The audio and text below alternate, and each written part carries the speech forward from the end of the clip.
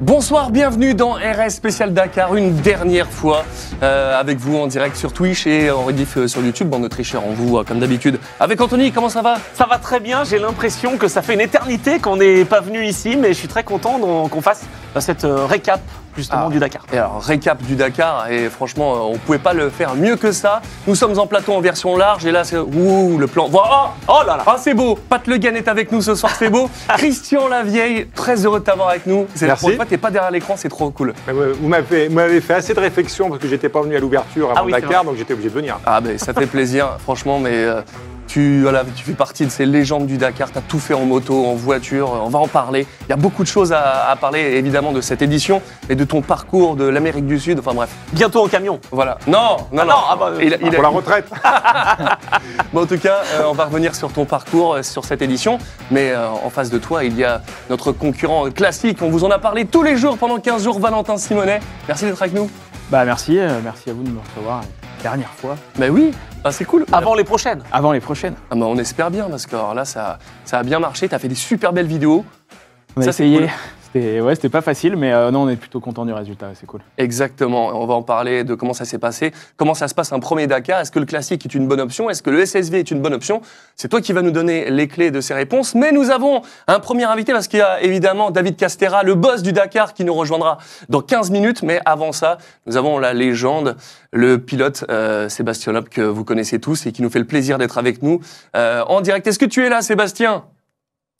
Ouais, je suis là, ouais. Bon, ça va? Bonsoir. Bonsoir Seb. Merci d'être avec nous encore une fois.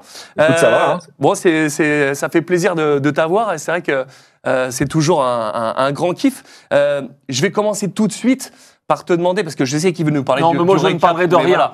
Voilà. Moi je voulais te demander, est-ce que tu es d'accord pour nous dire que ce Dakar était l'un des plus difficiles pour toi? Écoute, pour moi, il n'a pas été facile, en fait, vu que ça a pas duré bien longtemps. Après, donc, j'ai pas forcément pu voir toutes les spéciales, malheureusement. J'aurais bien aimé en voir un peu plus. Mais de ce que j'ai pu voir par la suite, et puis déjà quand j'y étais, c'est vrai que c'était compliqué. C'était compliqué aussi, spécialement un petit peu comme prévu, avec le fait qu'on n'ait pas les motos devant. Donc ça crée des gros écarts entre les voitures qui ouvraient la route, les autres derrière. Et donc c'était pas que à la performance que ça se jouait. Il y avait un peu de stratégie, il y avait plein de choses, des écarts plus importants que d'habitude. Donc effectivement, c'était un Dakar compliqué. Ouais. Ouais, c'est clair. Bon, je sais, Anthony, que tu trépignes d'impatience. Tu as envie de nous parler un petit peu dans les grandes lignes ce qui s'est passé. Oui, résume-nous ce Dakar, parce que du coup, Sébastien, lui, il était au volant, mais il n'a pas tout vu. Donc, qu'est-ce qui s'est passé? Vas-y. Il s'en est passé des choses un peu partout, en fait, dans toutes les catégories. On a déjà, et on y reviendra avec David Castera, un vrai avènement des jeunes, parce que ça aussi, c'est important. Le Rallye Raid intéresse les jeunes, la jeunesse. C'était la 47e édition de ce Rallye Dakar, 6e consécutive en Arabie Saoudite, et un Saoudien a gagné. Et ça, on y reviendra, mais franchement, en Ultimate, c'était chaud jusqu'au bout, et avec plein de constructeurs différents représentés. Ouais, c'est franchement énorme. Mais tu veux nous parler de SSV tout à l'heure, ou est-ce qu'on continue? Oui. Ah ouais, c'est bien. Je me suis dit, attends. Avec un jeune qui gagne aussi. Eh oui, évidemment. Est-ce que tu t'es senti à l'aise tout de suite au volant du Dacia Sunriders? Je sais que tu l'avais eu déjà au Maroc, mais est-ce que tu as retrouvé tes marques directes? Comment ça s'est passé sur ce Dakar? Ouais, j'ai retrouvé mes marques d'entrée. Après, c'est le Hunter qu'on avait avant, je dirais en pilotage. Après, elle est vraiment bien en perfo, elle donne confiance. On est bien dedans, elle est plutôt bien amortie, plutôt confortable globalement. Donc ouais, c'est une voiture qui est bien née. On n'a pas eu de chance, on était embêté par des soucis de ventilateur dès la deuxième spéciale en fait. Ce qui fait qu'on s'est retrouvé un petit peu loin derrière ensuite, mais sinon, ouais, en sensation, c'est vraiment une voiture sympa et je pense que c'est une voiture qui peut nous permettre de gagner. Après, il faut réussir à mettre tout bout à bout, quoi. Alors justement, Sébastien, tu parles de ces petites galères qu'il y a eu, c'est normal, c'est une nouvelle voiture aussi. Comment tu gères la perte de temps d'entrée de jeu dans un Dakar? Est-ce que après tu veux plus en faire? Comment est-ce que tu t'es débrouillé à ce niveau-là? Je crois que tu avais encore bon espoir justement après même la petite perte de temps. Ouais, enfin la petite perte de temps, c'était quand même plus de 40 minutes, mais c'est vrai que en fait, il y a un moment, on n'y croyait déjà plus, parce qu'on était arrêté dans les dunes, la voiture en panne, le moteur en surchauffe.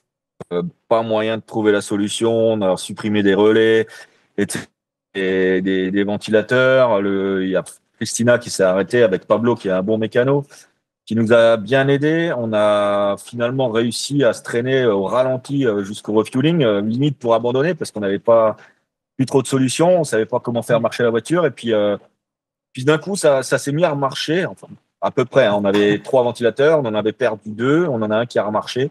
Et puis de là, on a décidé de continuer. Et ensuite, la voiture s'est mise à marcher normalement de nouveau. Donc, vu qu'on a été reclassé en milieu d'étape pour la petite nuit dans la tente, le lendemain, on repartait 22 minutes derrière le premier.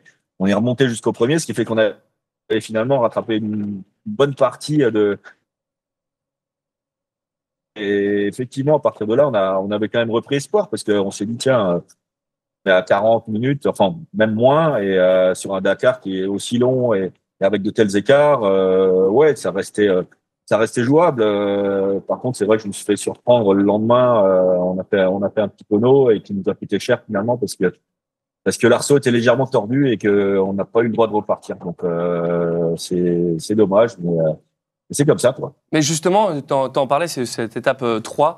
Tu as eu un accident au kilomètre 12 et tu as pu bénéficier de l'aide de Christina Gutiérrez. OK, l'arceau a été endommagé.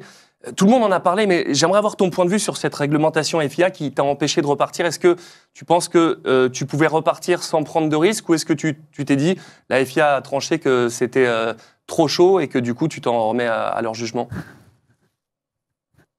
Bah, de toute façon, on peut que s'en remettre à leur jugement à l'heure qu'il est. Après, c'est vrai que c'est un peu discutable quelque part. Mon arceau était très légèrement tordu, mais réglementairement, un arceau qui est tordu n'a pas le droit de repartir. Après, le fabricant, le constructeur de la voiture a sorti des feuilles de calcul en intégrant le fait que l'arceau était tordu et que et on pouvait prouver que l'arceau était toujours au-delà des normes minimales FIA, ce qui fait que la solidité était toujours bonne. Mais bon, voilà, c'était un peu trop tard. En fait, ce qui est un peu dommage, c'est que la décision a été prise sans aucune discussion possible et quelque part, elle a été appliquée un petit peu comme en Formule 1, alors que là, on roule dans le désert. Je dirais qu'un tonneau, à un moment, c'est quelque chose qui peut arriver.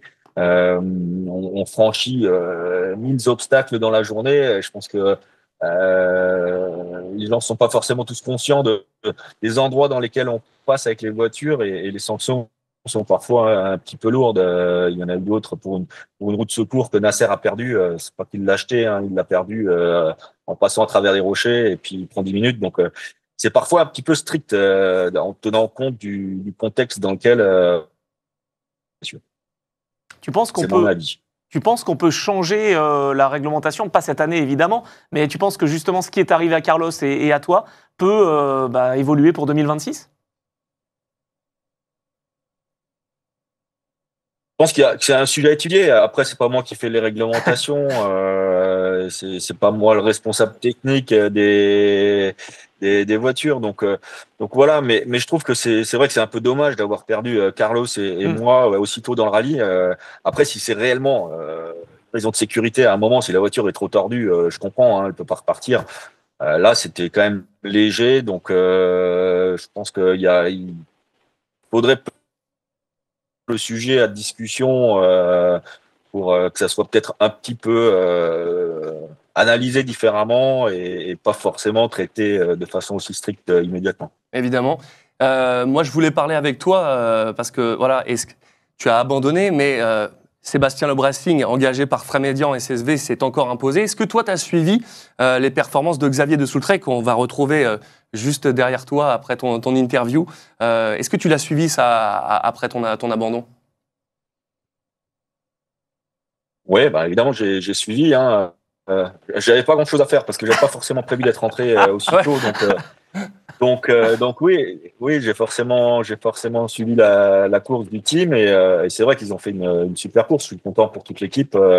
Ils ont gagné avec le pilote américain. Donc c'est génial. Une deuxième victoire consécutive pour l'équipe. C'est vrai que Xavier, mais il a prouvé en tout cas qu'il était était à la hauteur et il se battait bien devant. Donc ouais, c'était sympa à suivre et je suis, comme dit, content pour tout. Ouais, Sébastien Loeb s'impose partout, c'est ça, c'est ça qui est bien. Sébastien, est-ce que le fait que ça soit un championnat du monde, le W2RC, c'est assez intéressant aussi? Est-ce que tu vas participer à l'ensemble de ce championnat? Est-ce que tu vas viser un 10e titre mondial du coup? On peut le voir comme ça, oui, je vais faire le championnat. On est engagé avec Dacia sur le championnat complet, donc c'est vrai que c'est sympa. J'y ai pas participé l'an dernier, et donc on n'a pas beaucoup de roulage, alors que là, avec le championnat complet, on aura déjà l'occasion de peaufiner les réglages de la Dacia, de continuer à travailler ensemble avec Fabien, de continuer à évoluer, et puis d'être d'autant plus près l'an prochain pour le Dakar. Le championnat, oui, c'est vrai que ça peut être un objectif.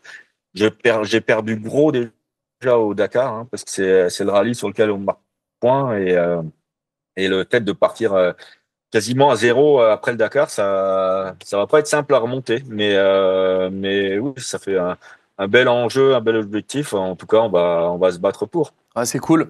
Et ce sera ma dernière question. On t'a vu ce week-end sur les spéciales de la manche d'ouverture du WRC, hein, le Monte-Carlo.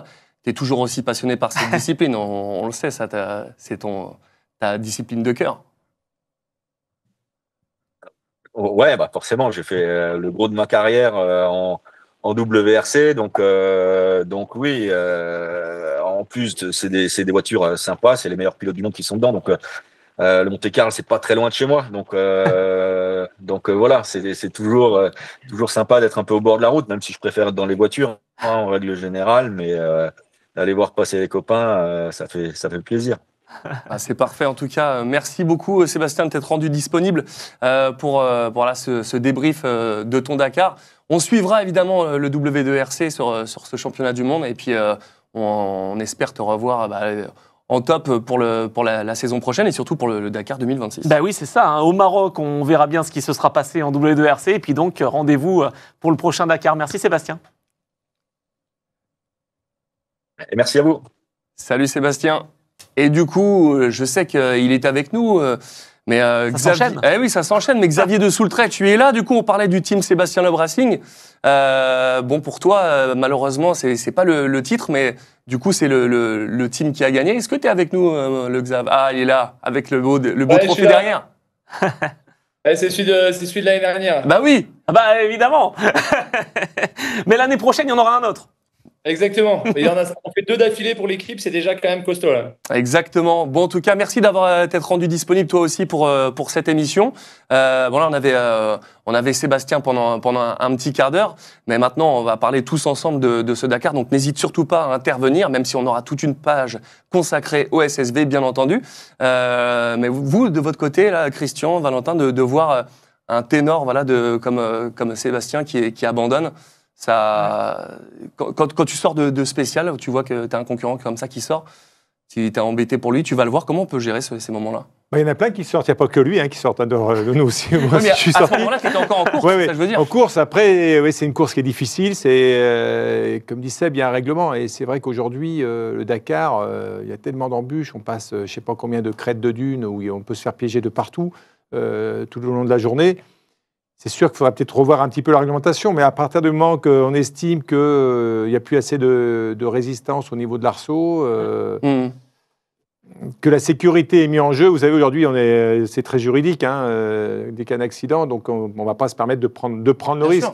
Même si le risque est certainement zéro par rapport à l'arceau de Seb et Carlos, je ne sais pas, mais c'était vraiment infime. Et bon, il y a une réglementation. À partir du moment que vous ne respectez pas cette réglementation et qu'il y a un autre accident derrière... Ah, c'est ça le truc, c'est qu'on aura dit, il y avait l'arceau qui était endommagé. Et après, qui est responsable? C'est évident. Non, moi, ce que je voulais dire par là, c'est est-ce que c'est difficile d'aller voir son pote qui a abandonné quand toi, tu es encore en course? Je crois que tu n'as même pas le temps, si. Ouais, après, on n'a pas trop le temps, on rentre tard. Seb est rentré tard, nous aussi. On ne se croise pas beaucoup pendant le rallye, parce que tout le monde a un peu des horaires et des obligations. Donc, c'est un petit peu le chassé-croisé. Les teams officiels, en plus, maintenant, il y en a beaucoup qui mangent dans leur hospitality, ils ont leur propre catering. Donc, c'est vrai qu'on ne voit pas tout le monde non plus. Mais puis, il y a tellement de frustration quand on abandonne, on a envie de voir personne. Voilà, c'est un tel investissement, c'est une telle préparation en amont, physiquement, financièrement, pour un constructeur aussi. d'avoir une voiture qui sort au bout de 3 jours, 4 jours, ça fait mal. Ouais, ça fait très mal. C'est clair. Donc, on espérait autre chose, on espérait une autre fin. Mais bon, ça fait partie de la course, c'est ce qui fait l'aura du Dakar et voilà, c'est ce qui a mis en avant le Dakar. C'est parce qu'il est dur, justement. Parce que c'est dur. Monde... Et c'est jamais assez dur. Attends, cette année, alors dis pas ça, David Castera est là, il va encore en mettre une louche. Il va vous faire un 72 heures chrono. Un Dakar, c'est pas dur, c'est pas un Dakar. Voilà, donc, exactement. Voilà. David, c'est bon, t'as entendu. Du coup, Valentin, toi, tu as terminé, tu as eu cette chance-là. Est-ce que le côté je termine, c'est une émotion que tu avais anticipée? Comment tu l'as vécu ce moment-là? Ouais, c'est sûr qu'un premier Dakar, je sais pas si Christian, tu te souviens de ton premier Dakar, mais c'est vrai. Je m'en rappelle, oui.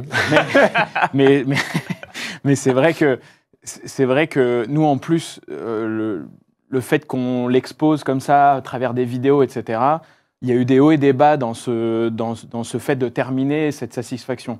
C'est vrai qu'au début, on est parti dans cette optique de le terminer pour raconter notre histoire. Après, on s'est pris dans le jeu de la course tout de suite, en comprenant qu'on était au début 4e, 5e, après 2e, après on est passé en tête de notre catégorie. Et là c'est le moment où, au milieu de la course vers l'étape marathon, on sort un peu de ce truc de terminer coûte que coûte, et on se dit là, il y a un truc à aller gagner. Et là, on s'emmène un peu les pédales dans les objectifs qu'on a. Et à un moment, quand on a vu deux, trois concurrents faire des tonneaux ou autres, ou rentrer en hélico, on a eu une petite discussion. Trop calme, quoi. Ouais, et on se dit, OK, nous, on n'est pas là pour jouer un truc de fou non plus. On joue notre catégorie. Maintenant, on va quand même descendre d'un cran. On va ménager notre voiture qui a quand même 25 ans. Et il ne faut pas l'oublier quand même. Et on va essayer d'aller au bout. Donc oui, effectivement, pendant le Dakar, on est pris par cet enjeu de bien faire, etc. Mais quand on est à l'arrivée, on est quand même content d'être là. Et c'est vrai que quand on voit même les pilotes BF, on se faisait la réflexion avec Mylène ce matin, on se disait, mais c'est vrai qu'au final, on est dans tous les pilotes BF, on est 2 à être arrivés au bout. Et arrête de remuter le couteau dans la plaie. Non, mais c'est une vérité. Tu profites de ce moment-là et en fait, tu es hyper content à la fin. Donc oui, tu vas chercher ça, clairement. C'est clair. Bon, du coup, les gars, je vous parle même pas sur le chat depuis tout à l'heure, mais j'ai une bonne nouvelle parce que, vu que vous avez été avec nous pendant toute cette quinzaine, et très sage, comme le dit Anthony, on a un petit cadeau pour vous. On a des sacs qui sont BF Goodrich, qui sont dédicacés par toute l'équipe du plateau. Donc voilà, ça va partir pour ceux qui nous regardent sur Twitch, pour les vrais. Voilà. Donc pour ça, c'est même pas compliqué. Il suffit d'être là sur le live, de chatter, de commenter, et ça partira. Il y en a 2 comme ça qui partiront. On va repartir avec nous. Non, les gars, c'est pas pour vous. Et en plus, vous l'avez signé. Vous l'avez signé. Bon, en tout cas, oui.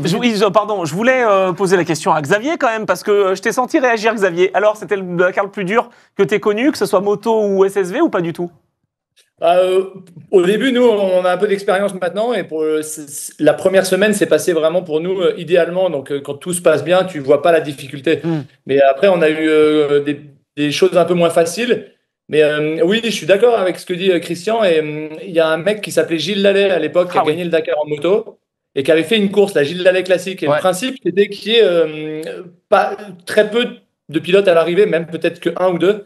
D'ailleurs, David, je crois qu'il avait fait. Et nous, quand on était petits, on n'avait pas trop le droit de regarder la télé, mais on avait cette cassette et on avait le droit de regarder ça. Donc on a rêvé, elle marche plus d'ailleurs tellement on l'a regardée. Mais ce principe de course trop dur pour que tout le monde puisse aller au bout, c'est ancré vraiment chez nous, et je trouve que c'est génial. Je veux dire que ce soit extrême et si à la limite il n'y a que 20 pilotes à l'arrivée du Dakar, bon, c'est peut-être un peu trop extrême, mais qu'il y ait très peu de pilotes à l'arrivée, je trouve que ça donne des lettres de noblesse à l'événement, et je suis très partisan de ça. Un peu plus que toi, Christian, mais je suis d'accord avec toi.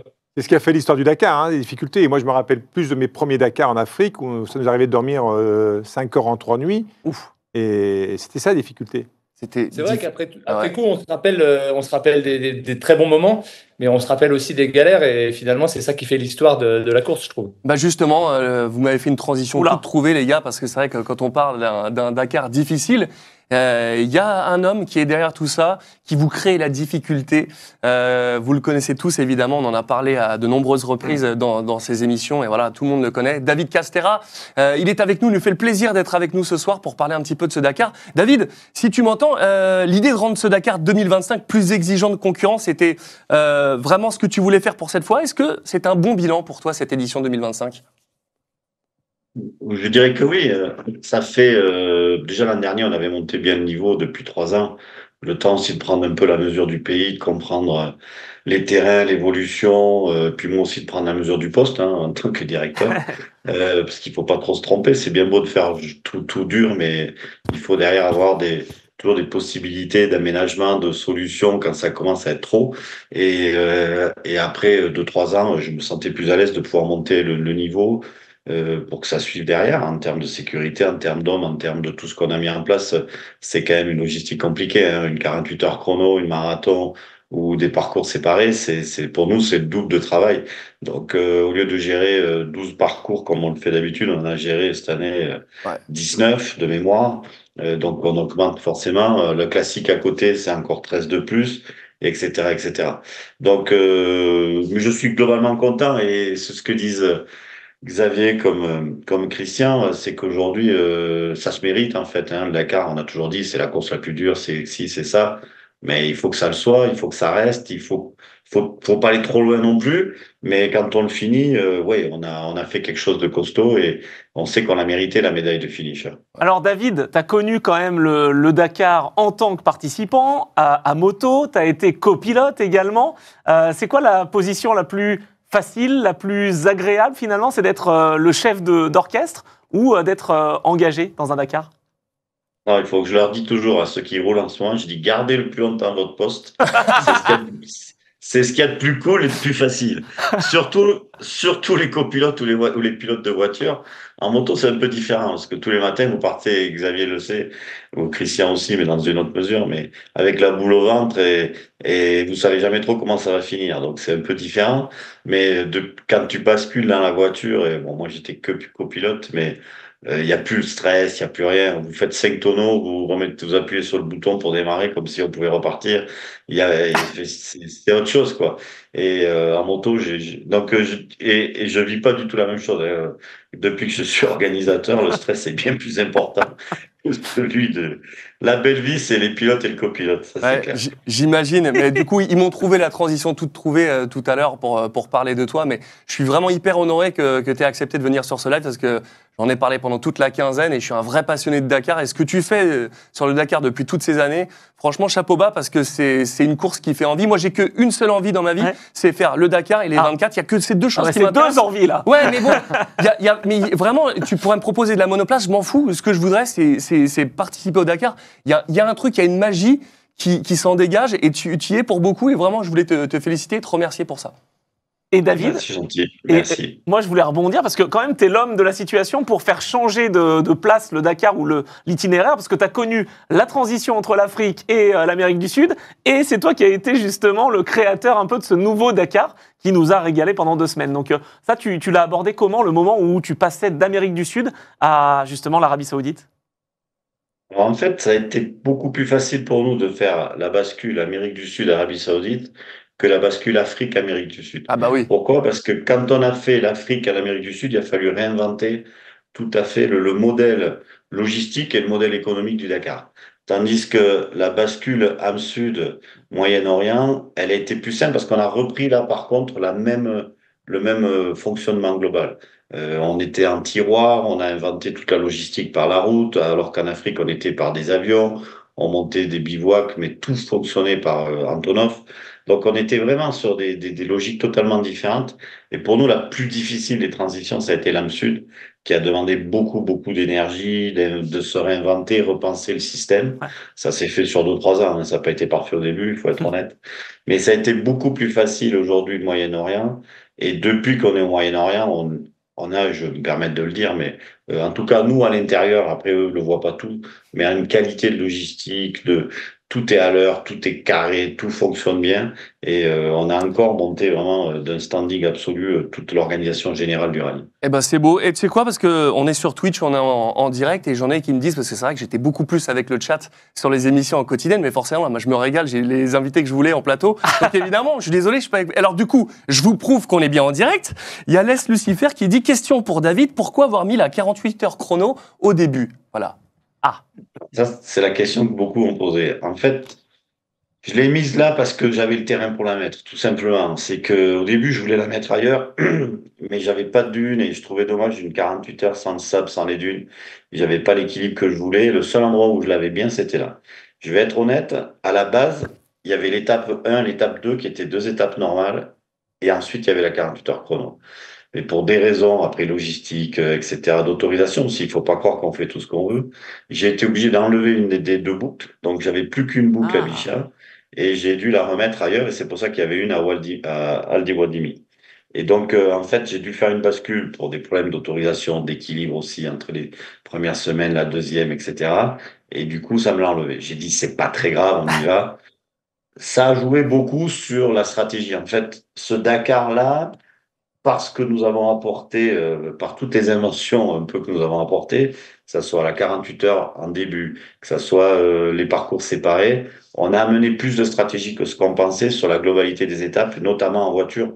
En moto, ça existe depuis la nuit des temps, hein. Je vois des pilotes s'arrêter depuis les années 2000. Mais, en voiture, c'était un peu nouveau. Et c'est le fait d'avoir dédoublé les parcours. Ils se sont retrouvés à ouvrir sans la trace des motos. Ils ont beau dire ce qu'ils veulent, nos amis des voitures, mais ils les suivent énormément.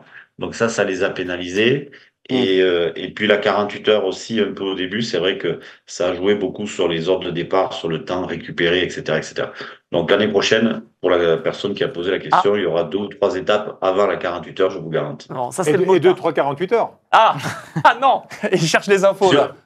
Ah, ça, je peux pas répondre à tout, mais Non, mais il y a des idées qui sont pas mauvaises là-dedans. Ah. Non mais David, c'est sûr qu'aujourd'hui, on se rend compte que depuis l'année passée, le parcours que tu fais qui est de plus en plus difficile, ça fait trébucher les usines. Alors qu'au début, quand on arrivait en Arabie Saoudite, C'est vrai. c'était du sprint. Ouais. Et là, maintenant, on commence à réfléchir. En plus, maintenant, il y a les stratégies. Donc je pense que là, il y aura des choses qui vont être modifiées aussi pour éviter ces stratégies et mettre peut-être des bonus comme en moto. Mais pour moi, il faut qu'un Dakar soit difficile. J'ai trouvé super, moi, la 48 heures, la marathon, parce que ça permet aux usines de commencer un petit peu à réfléchir et à gérer. Et ceux qui ont réfléchi et géré, c'est ceux qu'on a retrouvés un petit peu devant la fin aussi, Exactement. qui sont allés chercher la victoire. Ben, Et le Dakar, ça doit être ça. Ouais, c'est une très bonne remarque, Christian, parce qu'en fait, beaucoup disent que ça avantage les usines, mais c'est pas vrai. Non. Ça avantage plutôt les amateurs qui sont déjà dans la gestion. Ils ont l'habitude d'être dans la gestion, alors que les autres le sont pas. Et quelque part, en faisant des journées sans assistance, parce qu'en fait, c'est ça surtout que ça amène, mais en fait, ça nivelle un peu plus que ce qu'on pense. Et tu as tout à fait raison sur cette Ouais. remarque-là. Alors, moi, je voulais rebondir, et Donald, On n'a pas beaucoup de temps, Je hein. sais, mais je veux rebondir, David, parce que on sait qu'il y a le championnat W2RC, qui est géré par ASO, donc tu es très occupé, évidemment. Quand est-ce que tu démarres la construction d'un Dakar, comme celui de 2026 ? Est-ce que tu as déjà en tête ce que tu veux faire ? Tu t'y prends quand ? Les autorisations, etc. On veut savoir. Et surtout, comment on prépare un itinéraire ? J'ai toujours vu, quand il y avait le bivouac de France 2, on te voyait partir avec 4 toys et vous étiez au milieu de rien. Et comment est-ce qu'on fabrique une c'est spéciale ? Comment on fabrique un rallye ? Ça Donc, fait voilà. 2 questions. Quand et voilà, exactement. Alors, j'y suis déjà dessus. J'ai le Dakar 26, il est à 60% réalisé déjà. Il est réalisé pendant le Dakar. J'ai un peu de temps quand même, de temps en temps. Et j'arrive à me projeter, à avoir des idées.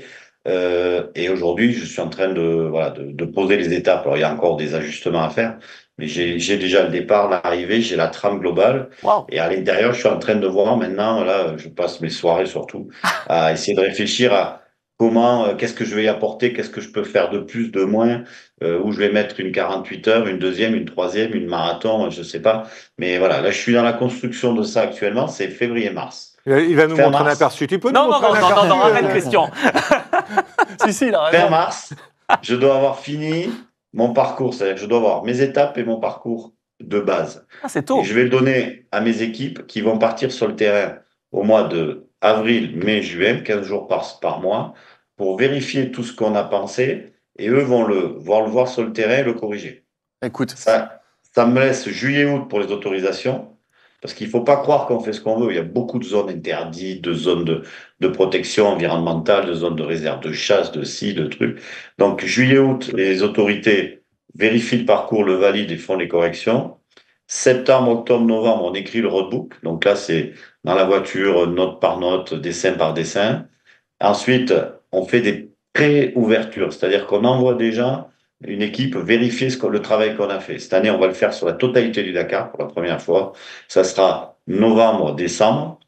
Et après, juste 5 jours avant le rallye, vous avez une dernière ouverture qui vérifie pour être certain. Et on rajoute là cette année, la nouveauté qu'il y aura, c'est qu'il y aura une ouverture absolument totale juste avant le Dakar pour s'enlever toutes les problématiques et tous les doutes. Ah, c'est beau. En tout Ah cas, ouais. ça fait plaisir. Et nous, ce qu'on aime, c'est les départs en ligne, comme il y avait à c'était bien. l'époque. Ça, c'est. C'est pas mal, ça. Ouais. Ça a été C'est une belle super. image. Vous avez dû kiffer, vous, Christian, Xavier. Comment c'était? Toi, t'as pas eu de départ en ligne? Si, Si, si aussi. même ouais, en dernier classique. tour. Ouais, ouais, Incroyable. Alors, comment vous avez dernier vécu tour. ces départs en ligne? je trouve ton numéro Oui, bon, ça va. très, c'est très bon. limité. Très limité. J'ai compris ma connerie. À un moment, je le disais. Du coup, oublie cette question, Christian. C'est vrai. Si tu peux mettre le départ en ligne au départ, l'année prochaine, ça serait bien. Voilà, c'est ça. Moi, t'es sûr de le faire. Ouais, c'est clair. Mais du coup, je vais poser la question à tous les quatre, et à Xavier et toi, David. Selon vous, quand on est passionné de Dakar, comme moi, comme plein qui nous regardent sur le chat, qui adorent cette épreuve, c'est quoi pour vous aujourd'hui la meilleure catégorie pour démarrer, Christian, à ton avis? Ah bah, la meilleure catégorie, je pense que c'est le SSV. C'est une catégorie la moins onéreuse, bien que maintenant ça coûte quand même cher. Mais c'est des véhicules qui sont très faciles à piloter, très faciles dans les dunes. Parce qu'à mes débuts, on commençait avec un 4x4, on arrivait devant un tas de dunes. Et à l'époque, on n'allait pas au Maroc, on n'allait pas faire d'initiation, il n'y avait rien de tout ça. Donc on arrivait devant, on transpirait. Hein. Alors que maintenant, tout le monde va rouler un petit peu dans les dunes avant de faire Dakar. Mais un SSV, oui, c'est la meilleure formule. Moi, ce que je regrette, c'est que maintenant, c'est une formule qui est devenue un petit peu trop chère, alors qu'au début, quand ça a été mis en place, cette catégorie, c'était une catégorie très très proche de la série, qui devait être très peu onéreux. C'était T4 à l'époque, je crois, non? Mais c'est Ouais. encore. Ouais. Et qui permettait un petit peu aux motards ou aux jeunes pilotes de venir se former. Bon, d'ailleurs, il y a plein de jeunes pilotes qui sont formés, ça c'est une chose très positive. Mais moi, je souhaiterais pour l'avenir qu'on arrive à faire une catégorie encore moins onéreuse, de façon à vivre son rêve comme toi, peut-être un jour. C'est ça. Et surtout, David, si un jour tu fais un David un peu plus un Dakar un peu plus facile, tu On fais est là. un poste. Attends, Avec des écoute-moi. choupa-choups à l'arrivée pour les enfants. Non, tu fais un poste avec le Dakar officiel, tu fais un grand Dakar, implique de grandes responsabilités. Je sais que ce sera pour moi, se dire, OK, go, cette année, tu peux peut-être le faire, ça doit être accessible. Non, mais Christian a raison. Aujourd'hui, c'est le SSV et on le voit très bien. Le résultat, c'est qu'on a formé énormément de nouveaux pilotes.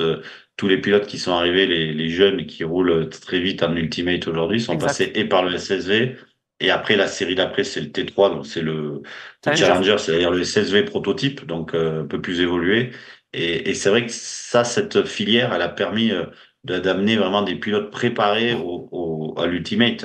Parce que sinon, à chaque fois, ils arrivaient pas à percer, ils perdaient tout et on les revoyait plus. Et là, aujourd'hui, si vous regardez tous les vainqueurs spéciaux cette année, il y a beaucoup de jeunes qui ont gagné les spéciales, beaucoup différents. Et ça, c'est un vrai plus et c'est très positif pour l'avenir de la discipline. Alors, je rebondis parce que justement, je voulais te solliciter là-dessus, David. Tout à l'heure, j'ai fait l'introduction en disant que ce Dakar était vraiment un Dakar où on voit de la jeunesse, c'est rajeuni. Est-ce que c'est dû au fait qu'il y ait un championnat du monde, W2RC? Est-ce que c'est dû, comme tu le dis, au fait qu'il y ait quand même une échelle qui existe et une vraie pyramide? Comment tu l'abordes et en voyant 5 pilotes dans le top 10 de moins de 30 ans? Ça, c'est le renouveau du Rallye Raid, non? Exactement. Je crois que c'est un tout. C'est le championnat qu'on a repris il y a 3 ans, qu'on a essayé de remonter un petit peu, ou en tout cas de niveler par le haut, que toutes les épreuves aient le même standard. C'est donc ce SSV qui a permis tous les pilotes dont vous parlez, qui ont gagné des étapes. Hein, vous parlez de Seth Quintero, Guthrie, les deux Mévus, etc. Ils ont tous passé par le SSV. Il y en a pas un qui a pas commencé par ce qu'on appelait à l'époque les tracteurs tondeuses, qui aujourd'hui ont évolué. On rigolait un peu au début, mais aujourd'hui elles évoluent, elles vont plus vite dans les dunes, elles ont progressé. Alors on a modifié le T4 justement cette année, la partie SSV, pour essayer de revenir à des voitures un peu plus standards et qui devraient être moins chères dans le long terme. C'était la volonté qu'on avait aussi. Avec des châssis standards, on a essayé de niveler un peu et d'empêcher un peu cette poussée. Aujourd'hui, le problème qu'on avait, c'est que le SSV est très près du Challenger. Et d'ailleurs, les Polaris en ont bien bénéficié cette année, monsieur Dessoutré. et donc, les échelles qui devaient pas être bonnes à la base de performance ont été plutôt bonnes et plutôt en faveur de. Alors, c'est toujours le problème, mais en tout cas, cette catégorie-là, il faut qu'on y soit très vigilant. Il faut que ça reste une porte d'entrée au Rallye Raid et à un prix correct. Donc, on va travailler dans ce sens. Eh ben ça fait plaisir. Bon, merci David d'avoir été avec nous. C'était vraiment un grand plaisir. J'espère qu'on se verra en vrai. Ça y est, cette année, je roule. Et j'en Non, mais rêve on va depuis se voir en tellement vrai longtemps, ouais. déjà dans l'émission et après on se verra au Dakar. Ah ouais. Voilà. Bon, on va essayer de se caler ça. En tout cas, c'était un grand plaisir et bravo encore. Belle épreuve et comme toujours, ça déchire. Merci beaucoup. Merci. Merci à vous. Salut, Bye David. bye. Bon, après, je vais m'occuper de mettre Valentin sur le grill, évidemment. Mais du Ah oui. coup, Valentin, toi, tu penses comme tout le monde et comme Xavier, à qui je vais poser la question, c'est le SSV ou c'est le classique pour toi, la porte porte d'entrée d'entrée, au ouais. Dakar? Bah, c'est deux approches qui sont complètement différentes. Si on prend l'aspect pragmatique, par exemple, moi je suis un pilote de circuit, j'ai envie d'aller faire le Dakar. Aujourd'hui, la première question qui se pose, avant même de savoir l'envie de ce qu'on a envie Le de budget. faire, c'est le budget. Je veux dire, on va pas se mentir, on est dans le sport auto, c'est le nerf de la guerre. Donc, si je parle juste d'envie en tant que pilote, bah forcément, ça serait de commencer par le SSV, parce que ça se rapproche plus du côté performance pure que je peux avoir en circuit, etc. Donc voilà, c'est sûr que le SSV, tout ce qui a été dit là, c'est la vérité, c'est la meilleure porte d'entrée, etc. En revanche, la différence entre le budget qu'on peut avoir sur un classique, et je vais y venir, et le SSV, c'est du simple simple au au triple. double, voire simple au triple même. Forcément, ouais. Donc, en fait, il y a pas vraiment de choix à faire. En revanche, et là je l'ai vécu et l'expérience est incroyable, le fait de faire le classique, on est sur des budgets qui sont beaucoup plus raisonnables et en revanche, on peut accéder au Dakar qui est quand même, et je tiens à le dire, c'est un vrai Dakar dans le sens où c'est pas une course annexe, on est dans un bivouac annexe où on est à des dates différentes et Toi, tout. tu côtoyais les pilotes ultimates. Voilà, je veux dire, tous les jours à table, on est avec les pilotes moto, les pilotes auto, SSV, etc. Et donc, du coup, on vit le Dakar exactement comme les autres, si ce n'est dans la partie course, mais pour le reste, c'est totalement identique. Donc, pour quelqu'un qui a envie de commencer en rallye raid et qui n'a pas le budget pour faire du SSV, le classique est un moyen de s'acclimater à ces longues journées, à ces nuits courtes, à cette gestion d'équipe, d'un Dakar, de la mécanique aussi, parce que moi, je suis arrivé au début, j'ai voulu commencer à être tout de suite tout feu, tout flamme, et puis la mécanique nous a rattrapés, et il a fallu faire des choix. Et donc, ce truc-là, malgré avoir eu la chance d'avoir testé des T1+, avec toi, Christian, sur le MD ou après sur le Hilux, la partie pilotage, on l'enlève. Par contre, la partie assimilation du rallye raid et de la course en rallye raid, clairement, le Dakar permet ça à des budgets qui sont quand même moindres, même Bah, si justement, ça reste élevé. Eh ben, on va poser la question à notre invité. Je ne t'avais pas oublié, Xavier, Ah hein, oui. évidemment. Et on a plein de choses à te parler. Et du coup, toi, ce que dit Valentin, c'est très sensé.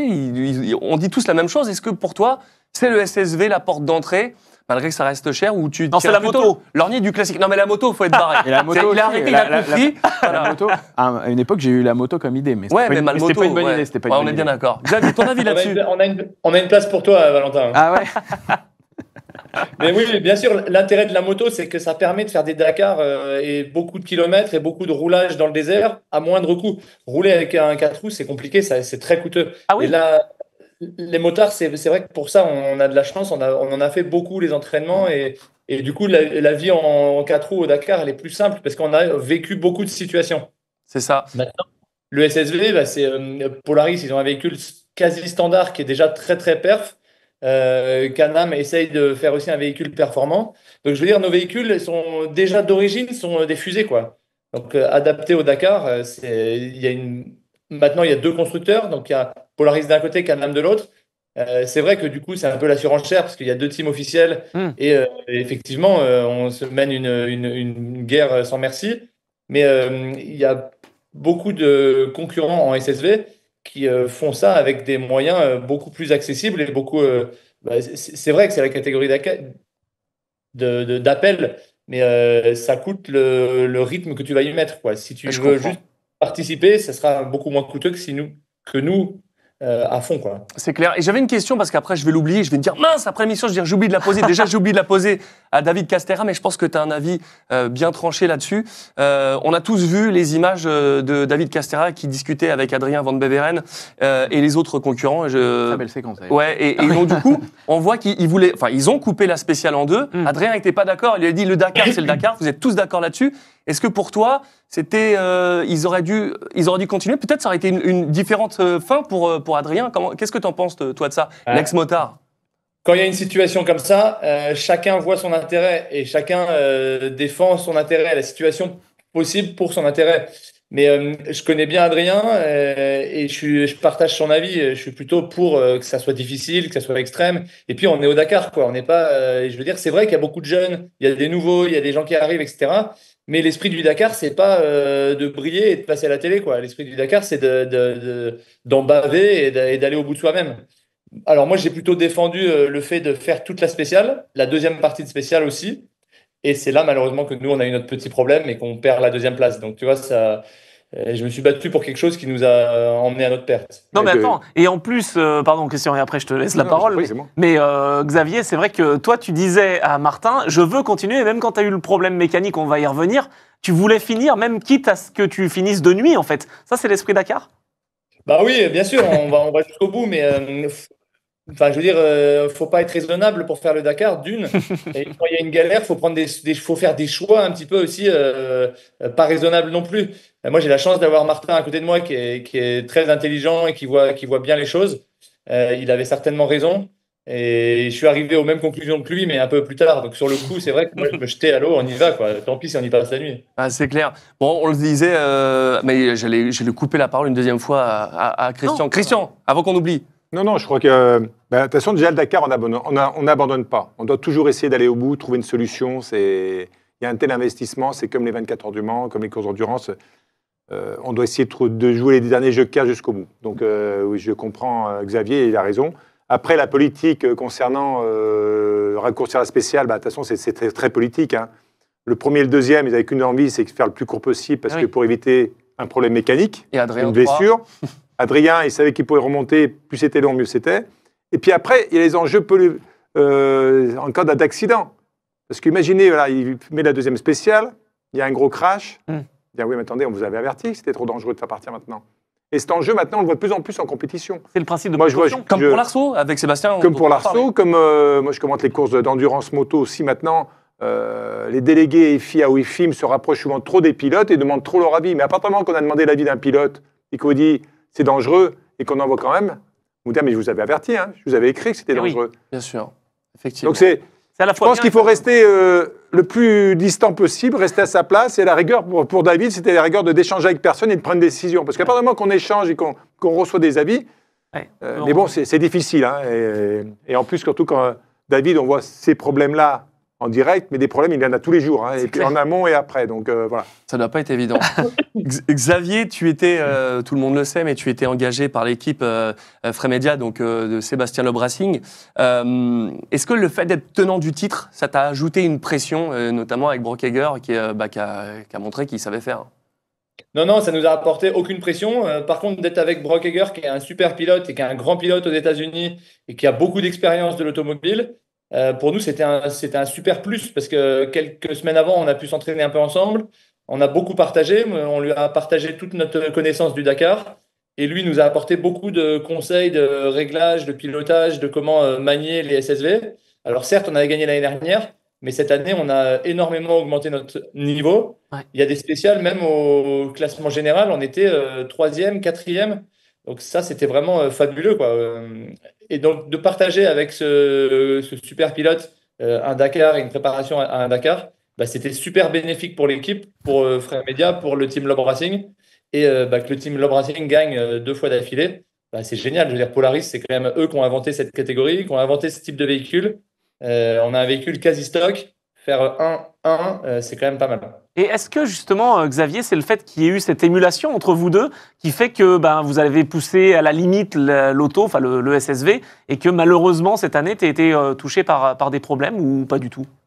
Non, pas du tout. On était devant la première semaine. On a eu un petit problème technique qui nous a fait perdre 1 heure. Après, on a eu des petites erreurs, des petites crevaisons. Et puis, une fois que on a perdu on n'était plus en tête et on était deuxième à 1 heure, et quand tu as 1 heure à rattraper, forcément, là, tu es obligé de ramer un peu, quoi. Mais Xavier, on ne crève pas avec des baies. Non, c'est vrai. Jamais. Jamais. Mais d'ailleurs, on a des images. Dégonfle. On dégonfle. C'est ultra impressionnant d'images embarquées avec toi. T'es dans la caillasse, ça va à balle, et tu sais pas justement si t'abîmes pas tes suspensions. En fait, on s'arrête jamais quand on est au Dakar, en SSV, en T2, en T1. Ça bouge plus. En fait, c'est gaz en grand. Ouais. Et je sais pas si on les a encore. Je crois qu'on l'a encore l'image. C'est totalement fou vite. ces images. Franchement, ça va vite. On se dépouille et on se régale surtout. Avec nos véhicules, on peut sauter dans les dunes. Je sais pas, en deux roues motrices, si vous faites des sauts comme nous, mais purée, avec nos SSV, ça passe partout. C'est vraiment robuste. Regarde, là, c'est là où je casse la biellette de direction, là, à gauche. Ah, c'est ici, d'accord. Ouais, là, je prends un petit trou, bam. J'allais dire là ça. Et c'est là que tu demandes s'il se passe Et tu quelque demandes à chose. Martin, et il te dit, bah là, je vois pas, et vous continuez. En fait, même en discutant, t'es obligé de ne pas t'arrêter, quoi. Là, il n'y a plus de direction assistée. Et puis, 100 bornes plus tard, on casse la biellette, donc on doit la changer. À la limite, bon, bah, ça, c'est ma faute. On y perd un quart d'heure, 20 minutes. C'est un peu une conséquence de la perte du début. On aurait fait premier, deuxième. On a eu un petit souci technique la veille de l'arrivée. Et finalement, on perd la deuxième place. Mais Martin, il fait coucou, je sais pas à qui. Hein. Ouais, c'est vrai. Ah, David Castera qui était là. Non, mais ok. Un truc de fou. Et on a appris une chose qui est assez... vraiment, je ne savais pas, vous allez tous nous dire si vous l'avez eu, ce truc-là, mais Xavier, il y a le mal des dunes. Ah oui. C'est quoi exactement le mal des dunes et comment on y remédie? C'est le mal des transports, c'est un conflit entre l'œil et l'oreille interne. Et du coup, on n'a pas de repère et c'est difficile. On y remédie par la rééducation par des séances de kiné vestibulaire, par des médicaments, il y a un patch de scopoderme. Là. On peut mettre aussi des lunettes avec des liquides autour des carreaux, quoi. Et ça donne une ligne d'horizon. Et mais ça sur le moment, comment on y remédie vous, de votre côté, Christian? C'est le mal de mer, hein, tout simplement. C'est comme le mal de mer. Donc, je sais que Valentin l'avait passé, était malade sur une spéciale un petit peu. Ah ouais. Donc, on a des cachets avec toi, ou alors des patchs. Et il y en a beaucoup qui prennent mer calme, hein, comme quand vous partez en bateau, en croisière. C'est efficace, ouais. Il y a même des pilotes qui sont malades. Il y avait Bruno Sabi qui était malade à une époque, je crois, dans les dunes aussi. C'est fou. Ouais. Tu l'as eu, toi, ça, Valentin? Alors, nous, déjà, premièrement, on a quand même des dunes un peu moins costauds. Oui, mais quand même, d'accord. Mais oui, tu l'as. Alors, pas en tant que pilote, pour être honnête. Par contre, c'est vrai qu'en tant que copilote, je peux comprendre, surtout qu'en plus, tu es dans tes notes, tu es dans les trucs, tu regardes autre chose. Donc, tu as les yeux qui diffèrent de ce qui se passe vraiment devant et tout. Et à un moment, ton cerveau, il te met un peu à l'envers. Et oui, il y a des moments où il faut un peu calmer le truc. Et puis, les voitures vont de plus en plus vite par rapport à une époque. Maintenant, ça va vraiment vite. Donc, on est à côté, on est vraiment brassé. Et c'est vrai que quand on donne les notes, souvent, quand je fais du coaching, quand on va faire des dunes, au bout d'un moment, j'ai dit, bon, c'est bon, on a fait cette dune, on va reprendre la piste, on va les rouler un peu sur la piste. On arrête maintenant, sans que ça commence à monter. Non, mais c'est ça. Et Xavier, tu avais eu ce problème même à moto, c'est ça? Il y en a qui en moto aussi, oui. Ah, en moto, une fois à une course du mondial au Pérou, au bout de 50 bornes, j'étais malade comme un chien, demi-tour, quoi. Bon, maintenant, en auto, tu ouvres la fenêtre, tu vomis un bon coup et puis c'est reparti. Là, tu ouvres le filet, toi. C'est pour ça qu'il roule en SSV, il n'y a pas de fenêtre, il n'y a rien du tout. Ça. Ah, ça y est, on comprend maintenant. Incroyable. Bon, du coup, évidemment, tu étais le tenant du titre, tu as dû abandonner. C'est quoi ton programme pour la saison 2025, Xavier? Alors, on n'a pas abandonné, on est classé loin, mais 21e. D'accord. On s'est rendu compte qu'on allait vite, qu'on avait un bon rythme et qu'il y a plein d'intermédiaires où on était vraiment souvent les plus rapides en SSV. Donc ça, c'est très bien pour nous, c'est très bien pour c'est prometteur et c'est encourageant pour la suite, pour le team, pour Polaris. La suite, on s'est rendu compte aussi qu'on avait des lacunes en mécanique, en connaissance du véhicule et en entraînement. Donc, on a bien pris conscience que plus de courses et plus d'entraînement nous ferait du bien. Donc, on va y travailler. Là, on est avec nos coéquipiers en train de bricoler justement sur le bras. On espère faire un maximum de courses. Après, c'est compliqué, comme disait Valentin. C'est un problème aussi. C'est une question de budget. Maintenant, on fait briller Polaris, on fait briller nos partenaires. Et le Dakar, c'est une histoire quand même qui dure depuis plus de 10 ans avec nous. Donc, on a l'idée et l'objectif d'un jour aller gagner en T1+. Évidemment. Ah, ça c'est bien. Tu vois, j'avais la question. Ah oui, donc c'est vraiment l'étape et c'est la pyramide de faire un peu comme justement ce qu'a fait Peter et ce que font des motards qui passent en auto.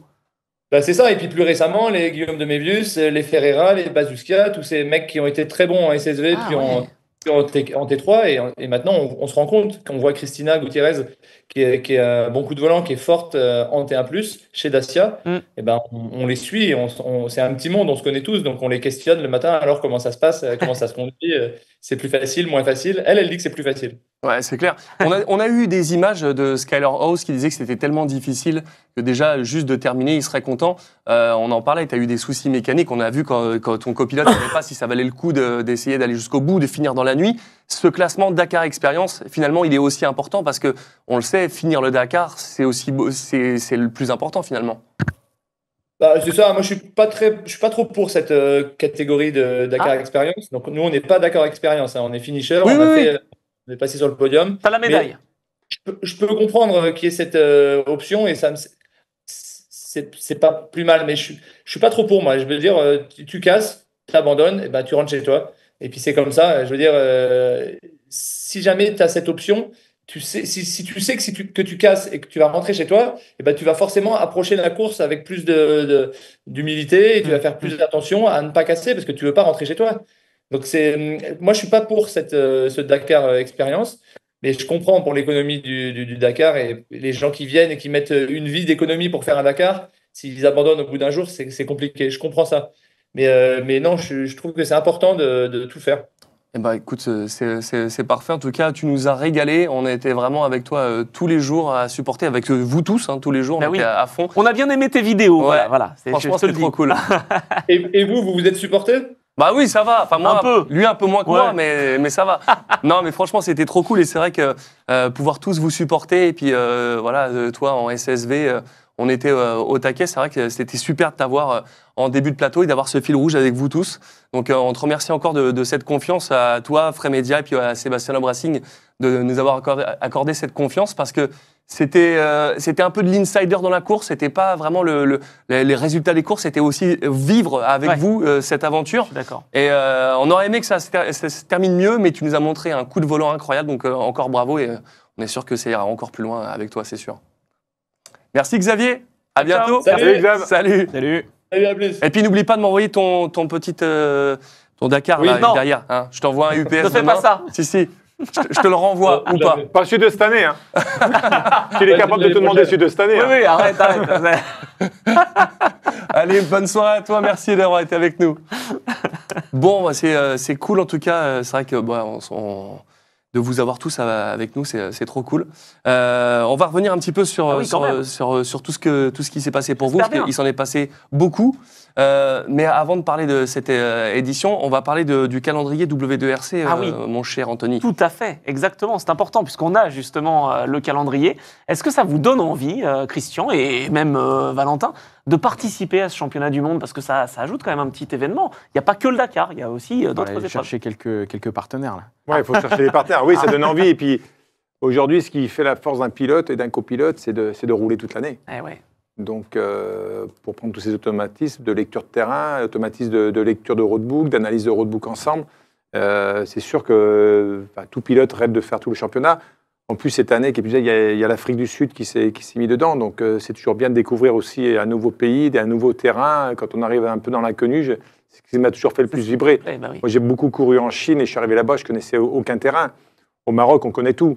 Maintenant aussi, en Arabie Saoudite, on sait quand même les terrains qu'on va trouver. Même que cette année, on s'est fait un peu piéger parce qu'on s'est dit, tiens, on va partir de cette ville à telle ville, on va passer par là. En fin de compte, on est passé ailleurs et on a trouvé un terrain un petit peu différent. Donc, moi, j'adore partir dans l'inconnu et vraiment découvrir un nouveau rallye, un nouveau terrain. Et c'est sûr que pour David, ce n'est pas évident de renouveler tous les kilomètres de spécial tous les ans, mais il sait le faire, donc il va falloir qu'il ratisse encore. J'espère bien. On parlait de ce qui s'est passé de plus beau dans les Dakar. On a rajouté ça au programme parce que c'était vraiment un souvenir incroyable de l'Amérique du Sud. Je pense qu'on en a déjà parlé dans l'émission, je crois, celle de lancement. C'était donc en Amérique du Sud, la dune d'Iquique. Tu nous as retrouvé les images. Ce qui était complètement fou, c'était que c'était une dune qui était à une hauteur incroyable et vous étiez au taquet, flat out, comme on dit. On a les images, je te laisse les commenter parce que c'est sûrement, pour moi, ce qui s'est fait de plus beau avec le salaire de Yoni. C'est cette dune d'Iquique et tu étais au taquet. Course des autos, Kéké. Alors la première année, on était dans un cordon de dune. On savait qu'on arrivait à Iquique, mais on ne savait pas comment. Et on était dans tous ces gros cordons de dune. Et Bon, là, c'était la 2e ou 3e année. Et d'un seul coup, on passe une crête de dune et il y a le Pacifique qui s'ouvre à vous, mais on est quasiment, je ne sais plus combien il y avait, 800 ou presque 1 kilomètre de descente. Là, tu commences à le voir, là, le Mais Pacifique. là, voilà, à chaque passage de crête, on commence à le voir. Mais la première année, c'est vrai qu'on en a pris plein les yeux, plein les mirettes. Et là, après, ça descendait à bloc, hein, on descendait à fond. Mais on le Et cette voit. année-là, on avait eu un problème à la Neutra, on avait perdu un frein arrière où on n'avait que 3 roues. On avait éliminé le frein à l'arrière droite avec Pascal Mémon. Et on se tirait la bourre justement avec le pilote hollandais, Van Loon, là, Eric Van Loon. Et là, voilà, on va voir les vitesses qu'on prend. Oh. Ce qu'il faut se dire, c'est que cette dune, dans l'autre sens, on la remonte pas. Hein. C'était trop compliqué pour vous donner On s'en rend pas le compte, mais là, c'est le à fond. pourcentage de la dune. Non, qu'il y mais avait, déjà ça, et est-ce qu'il y avait des waypoints justement sur ce... Oui, il y avait des waypoints en haut. Maintenant, fallait pas se après rater. le dernier waypoint était à l'arrivée, on va voir, il y Non. avait une haie de spectateurs en bas. Voilà, vous voyez toute la haie là. Oh là là. Et là, on arrive sur le Pacifique et ça, c'était vraiment grandiose.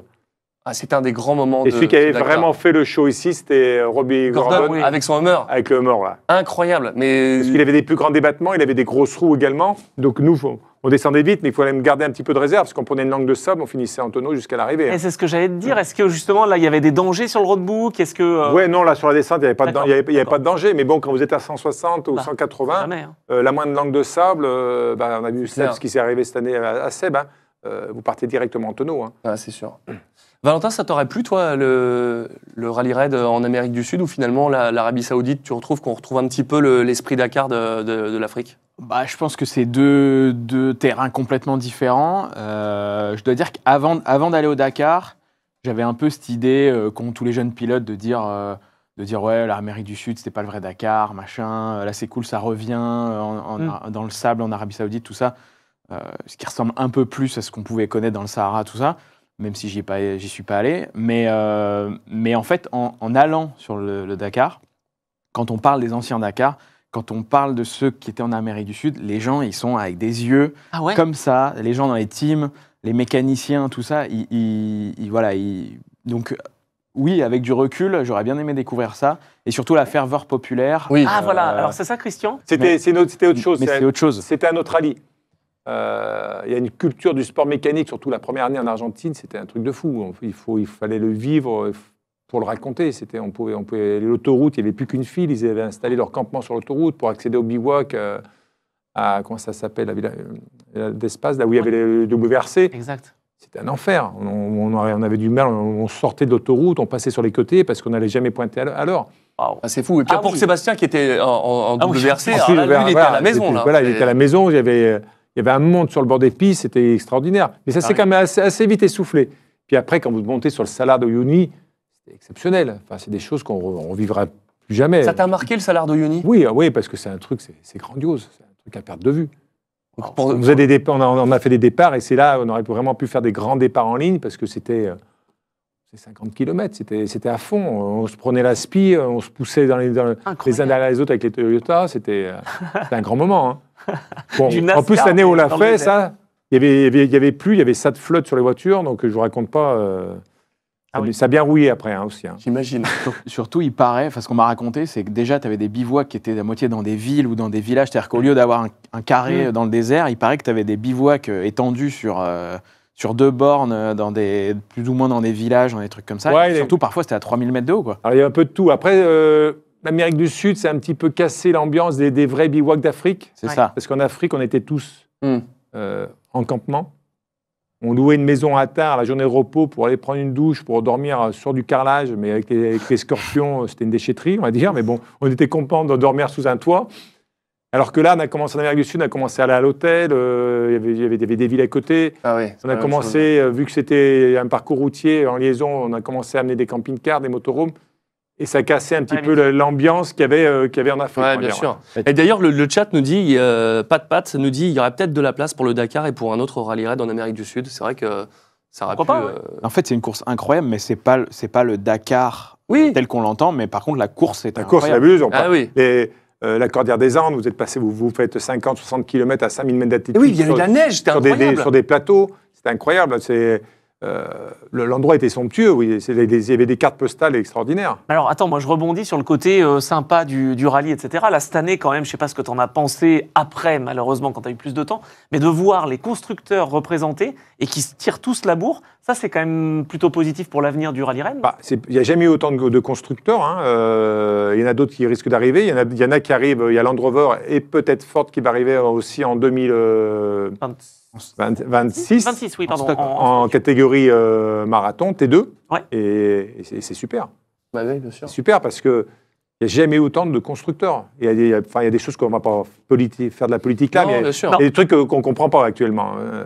Quand on voit les débats qu'on tient en France et qu'on voit que les constructeurs investissent de plus en plus en rallye raid et en compétition, Je comprends. il y a deux poids, deux mesures. Hein. Il y a un- Mais, Ouais. mais ça veut dire que la passion est toujours là. Ça veut dire que pour un constructeur, apparemment, économiquement, c'est le moyen de communication qui leur coûte le moins cher, où ils ont le plus de retombées.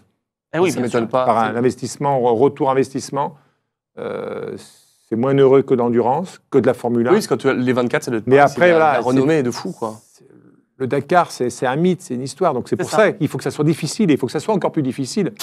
Il faut qu'il y ait des étapes qu'on a eues cette année où tout le monde dort au bivouac. Sur les premières années, il y a des pilotes saoudiens, ou enfin des Émirats, Ils partaient. qui ne voulaient pas faire les étapes, David vous le dirait, qui ne voulaient pas aller dormir au bivouac, qui voulaient qu'on leur apporte leur camping-car.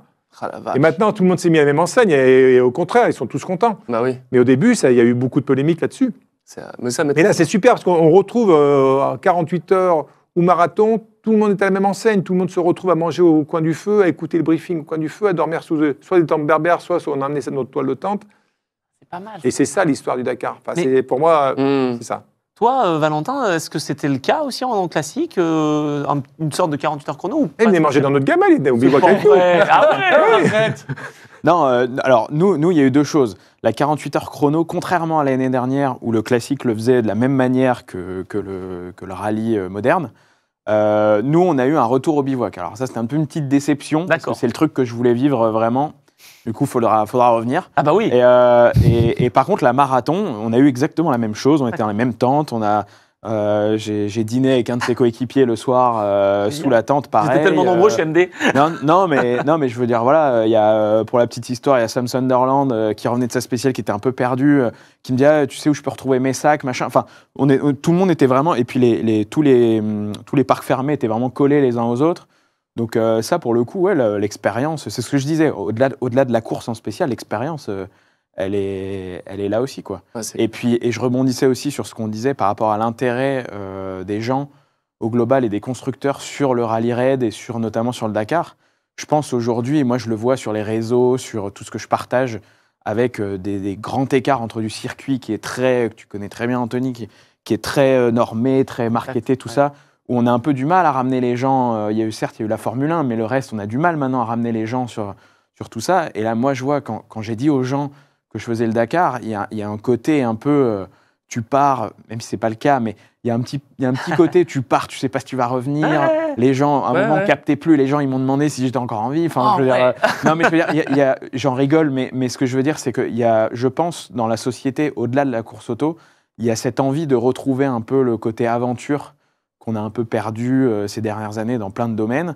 Et c'est pour ça qu'un Inoxtag réussit avec son Everest. C'est pour ça que le Vendée Globe cartonne. Et c'est pour ça que le Dakar cartonne aujourd'hui au niveau des constructeurs, parce que je pense qu'on a envie de retourner à ce côté aventure, dépassement de soi, et comme vous le disiez tout à l'heure, je trouve ça normal que ça soit une course difficile. Et voilà, et quand j'ai fini mes premières spéciales de classique, j'ai fait, putain, mais c'est dur en fait. Il m'a dit, bah oui, mais tu crois quoi, t'es au Dakar, hein, genre... Et voilà, et peu importe la catégorie, c'est pas un truc facile, et je pense que c'est ce que les gens recherchent en tant que pilote, mais aussi dans les gens qui veulent suivre. Mais c'est normal. Et avant que tu me parles, Ouais. je sais de quoi tu veux parler. Non, Tu veux mais parler attends, de roadbook. Je voulais trépigne. parler un petit peu avec le chat. Koulos qui nous dit, Valentin, ça te donne envie de faire quoi l'an prochain? Et avant que tu répondes, j'ai une bonne nouvelle pour toi, Koulos, parce que toi, Koulos et Dark Heaven, c'est vous, les deux gagnants voilà. des 2 sacs dédicacés. Ben voilà, on va repartir envoyer la même vie de un nous. DM. Ah, c'est désolé, pas pour toi. Hein. Il va quitter le plateau. Mais... Ah non. Donc voilà, il va falloir envoyer un DM à BF Goodrich Europe pour envoyer vos coordonnées. Mais voilà, c'est pour vous. En tout cas, c'est trop cool. Ils ont été fidèles Mais pendant toute la Et quinzaine, ça, donc merci. Ça fait plaisir. Mais du coup, la question de Koulos, ça te donne envie de faire quoi l'an prochain? Ah bah ça donne forcément l'envie surtout à la fin, quand on termine le rallye, on voit qu'on va au bout, on discute un peu avec les gens et tout, forcément on a envie d'aller plus haut, d'aller rejoindre le rallye, c'est-à-dire sortir du classique et d'aller dans la catégorie rallye, donc c'est-à-dire avec toutes les catégories qu'il y a. Et de faire finalement le vrai itinéraire, entre guillemets. Oui, c'est ça. Et de rejoindre du coup la performance et non plus la régularité. Ah oui, tu Chacun nous a l'expliqueras. choisi, voilà. Mais c'est vrai que moi, de base, c'est ça, ma passion automobile, elle vient de la performance et de l'exploitation au maximum des machines. Donc voilà, mon envie, elle serait d'aller là. Après, voilà, je veux pas être terre à terre, mais il y a toutes ces réalités de partenaires, de tout ça. En plus, si c'est pour emmener encore une équipe, parce qu'il faut savoir qu'il y a le budget pour la course, mais moi j'ai aussi le budget de mes cadreurs, oui. de mes Ah cadreurs, là là, de tout mais ça. c'est pas vrai, Ouais, ils mais sont même pas c'était bénévoles. des conflits que t'as franchement. sorti. Non, mais évidemment. Mais ce que je veux dire, c'est que pour faire vivre l'aventure comme on l'a fait vivre, Claire. c'est une organisation de malade. Ça devait être un truc de C'est- fou. Comment t'envoyais c'est- tes images et tout? Enfin, tu vois, je me suis posé la question, c'est Vous voulez incroyable. savoir? Allez, Ouais. Par 4G.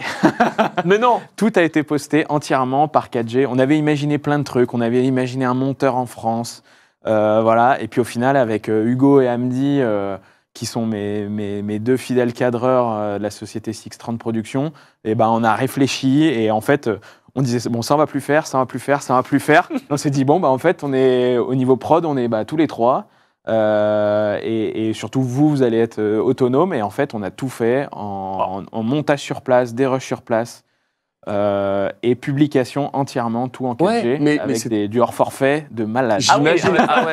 Ça aussi, c'est le budget qu'il C'est faut ça. avoir. Mais Et ça, justement- il y a un vrai budget là-dessus, hein, sans déconner. Hein, il y a un vrai budget hors forfait. J'imagine, ça doit être monstrueux. Mais toi, qui voilà, tu fais des vidéos, tu as ta chaîne YouTube, tu as des beaux réseaux.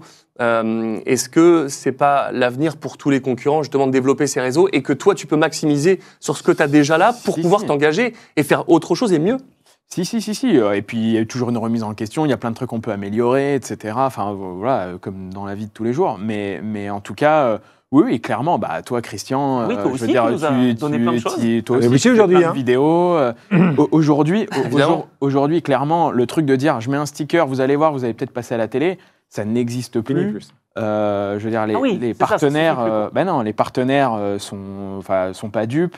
Aujourd'hui, les gens sont beaucoup plus informés à tous les niveaux que voilà, et on peut pas tromper les gens en disant ah vous inquiétez pas, vous allez être. Il faut être réactif. Il faut être Avant, réactif. on envoyait le communiqué le soir ou on communiquait que le soir. Voilà. Maintenant, dès qu'on peut, on sort de la spéciale, Voilà. on fait la vidéo, on l'envoie et après, bon. Je veux dire que tu avais ça en tête aussi, en plus de ta On est spéciale. obligé, oui. On est obligé de faire Dès, ça. dès l'arrivée, ce que je disais pour ceux qui ont suivi, il y avait beaucoup de moments où je filmais Mathieu, mon copilote, en train de conduire sur les liaisons. Alors, oui, je me suis demandé. Parce que en fait, dès qu'on terminait la liaison, je savais que j'avais 2 heures de liaison à la fin. Et c'est ce moment-là où j'aurais le plus de réseau pour poster. Donc en fait, dès que je terminais les liaisons, je me mettais dans le baquet de droite. Alors on parlait, on racontait des conneries. Mais n'empêche qu'il y a des moments où je disais désolé, je suis pas avec toi. Là, je suis en train de poster des trucs. Et il y avait 2-3 reels à poster, des éléments envoyés, etc. Énorme. Et qu'on pouvait plus envoyer Bureau après. roulant, Donc, quoi. ouais, Parce c'est qu'après, ça. le Ouais. réseau était saturé, parce que c'est Ça. 3000 personnes qui arrivent sur un bivouac, donc les relais, ils fumaient. Hein. Mais c'est vrai parce qu'on s'en Ah rend ouais. pas compte, mais quand on arrive dans un stade, souvent, on n'arrive pas à envoyer Bien des sûr. SMS, Oui. à aller sur 24 heures Internet du parce Mans, qu'il y a trop de monde. Nous, c'est ça, Du coup, toi, tu le soulignais, c'est vrai que comme je le disais à Valentin, aujourd'hui, la communication, c'est essentiel pour aller chercher les partenaires. C'est vrai que c'est un nouveau mode de fonctionnement et c'est aussi grâce au réseau et tout ce côté digital dont on fait partie qu'on va chercher du monde pour financer. Oui, c'est indispensable. Hein. Je veux dire, aujourd'hui, Bev Goodrich, je regarde nos retombées médiatiques qu'on va voir.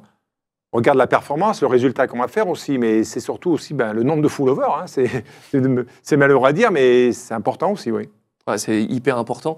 Mais en tout cas, Christian, on voulait parler avec toi de Oui. côté technique parce qu'on s'est posé des questions pendant toute la quinzaine. C'était la Je lecture vous vois venir tous les deux. Ah bon la lecture d'un roadbook. Ah, je suis pas copilote, moi. Oh là là, voilà, allez, bah, on a Valentin. voulu. Donc, vous savez ce qu'on va faire Ouais. Vous voulez faire le Dakar tous les deux Oui. Eh ben, c'est vous qui allez me décrire le roadbook. Alors vas-y, Oh là, alors en tête. c'est pas bien le piège À là. mon avis, c'est un gros Qui piège. pilote déjà Qui est le copilote Ah ouais, là ça, je sais c'est lui pas. qui copilote. Non, attends, on va Ah, faire non, comme non. Olivier Ah, non, non, Pernot et, Ah, non. et Benjamin Rivière. Attends, On va si échanger. Non, si on va au Dakar et que tu pilotes, non, je reste ici. hein. Comment ça? Non, c'est mort. Ah là là là, C'est j'y crois mort. pas. Bon, Bon, attends. allez. Allez, chauffe allez-y. Marcel. Hein. Qu'est-ce qu'il y a Attends. comme roadbook Alors Bon, non, ça, ça c'est c'est facile. facile. Bon, Alors, alors c'est ça, bon. c'est tout le lexique, un petit peu. Bon, c'est pas le plus important tout de suite dans le roadbook. On va passer à la Ça c'est quoi? Ça veut dire que c'est les panneaux qu'on a. au Ouais, début, c'est en des spécial. zones de contrôle, entrée spéciale, endroit où on peut mécaniquer, pas mécaniquer, fin de mécanique, changement de roue plus autorisé, voilà. Ça peut éviter des pénalités, cela dit, de savoir ça. Oui, ça peut aider. Mais à la rigueur, bon, faut vraiment aller sur des vraies pages de notes. Ah bah attends, on va y aller. Ah, justement, allons sur les pages. Alors. Donc là, on est. Là que ça se complique. Là, je vais à gauche, Là- là, à fond. On a une DZ, ça veut dire que C'est quoi des aides? des aides.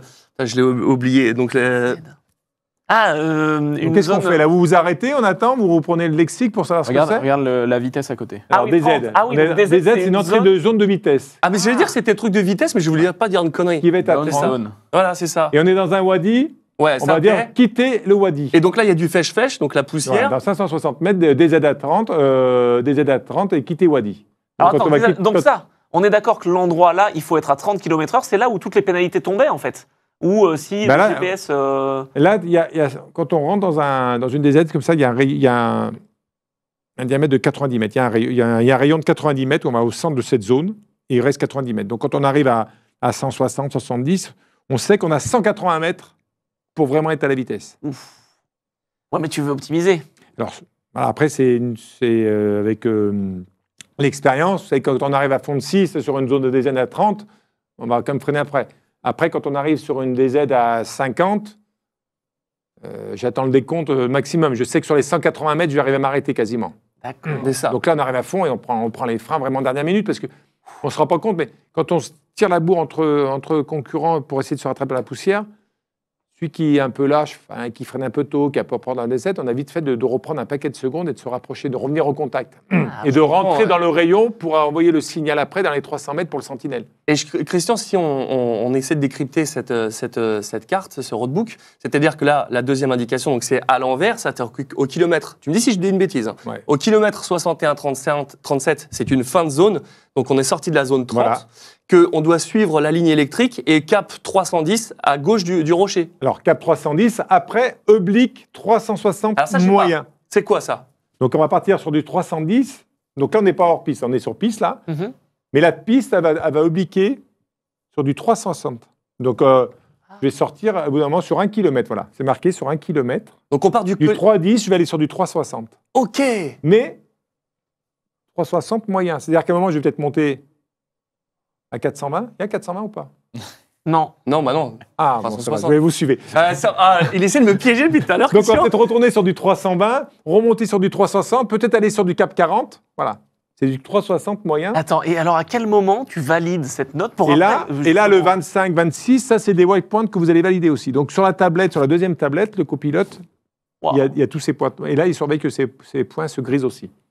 Ah ouais, d'accord. Attends, mais et ça se fait pas Et après- automatiquement. Tu vois, on n'est pas dans un jeu vidéo, donc à quel Et moment donc, Valentin valide Bah, c'est bon, fait. à chaque fois, il va rentrer son point, il va remettre son point à 0, par exemple, on va Voilà. pas voir, hein, comme ça, au 310. Ah oui, Mais pour nous c'est bien, pour les là où il y a téléspectateurs, il y a la petite flèche, on va remettre à 0. Voilà. D'accord. Et là, Et après, on va prendre une autre piste, on va prendre un cap 305 après. Mhm. Alors après, il y en a qui font les décomptes. Enfin, le décompte, c'est le copilote va dire 450 mètres, 400, 300.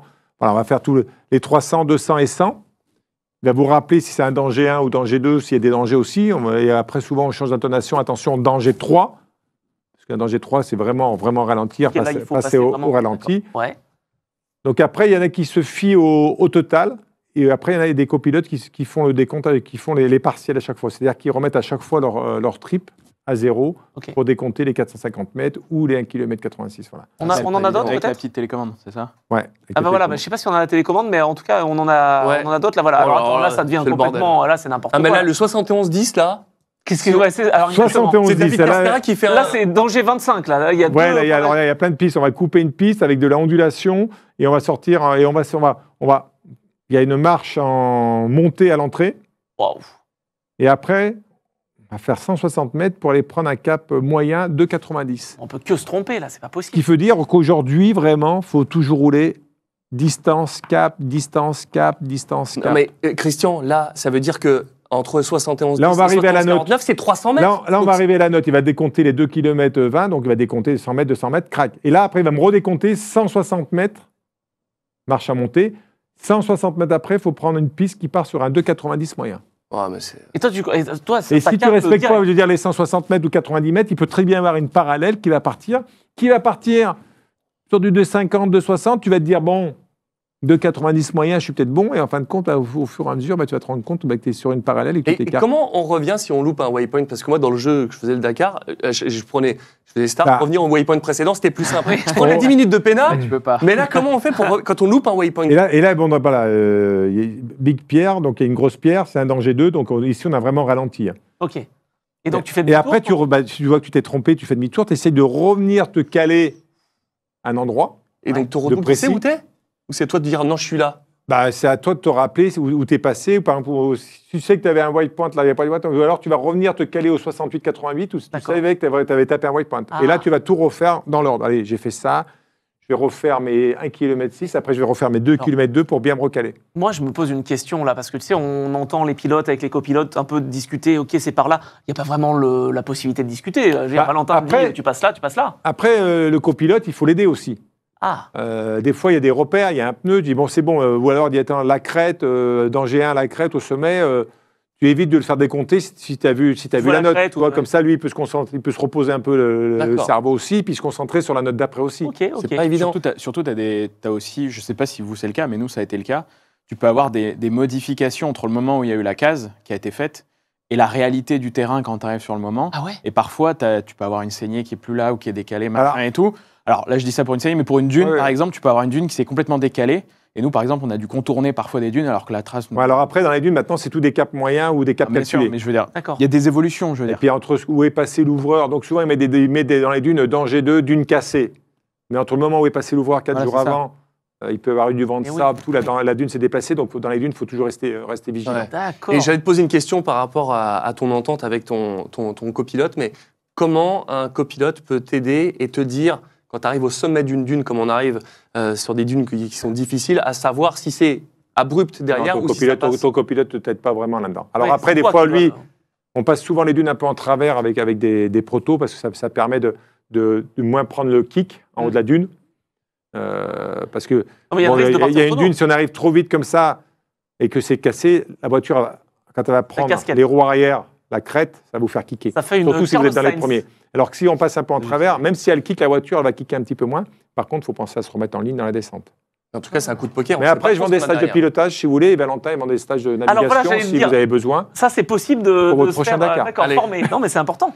Parce que on peut l'étudier, le roadbook. Non, bah non. Oui, bien sûr. Non, mais il y a plein de copilotes qui font des formations. Oui, C'est mais important. sauf C'est que 5 indispensable. minutes. Aujourd'hui, de partir au Dakar sans faire une formation, c'est. D'accord, c'est suicidaire, quoi. Mais de toute façon, Suicidaire. pour faire le Dakar, il vaut mieux faire déjà le Maroc avant. Donc toi, t'étais Bien en sûr. classique, Non, mais de toute façon, il c'est- faut comme faire ça des qu'on rallyes voit. en amont, des petits rallyes en amont, Hmm. parce que c'est une machine. Et puis le Dakar, il vous attend pas. Hein, ça avance tous les jours. Hein. C'est ça. Et puis, il y a le Dakar, mais dans le Dakar, il y a plusieurs Dakars.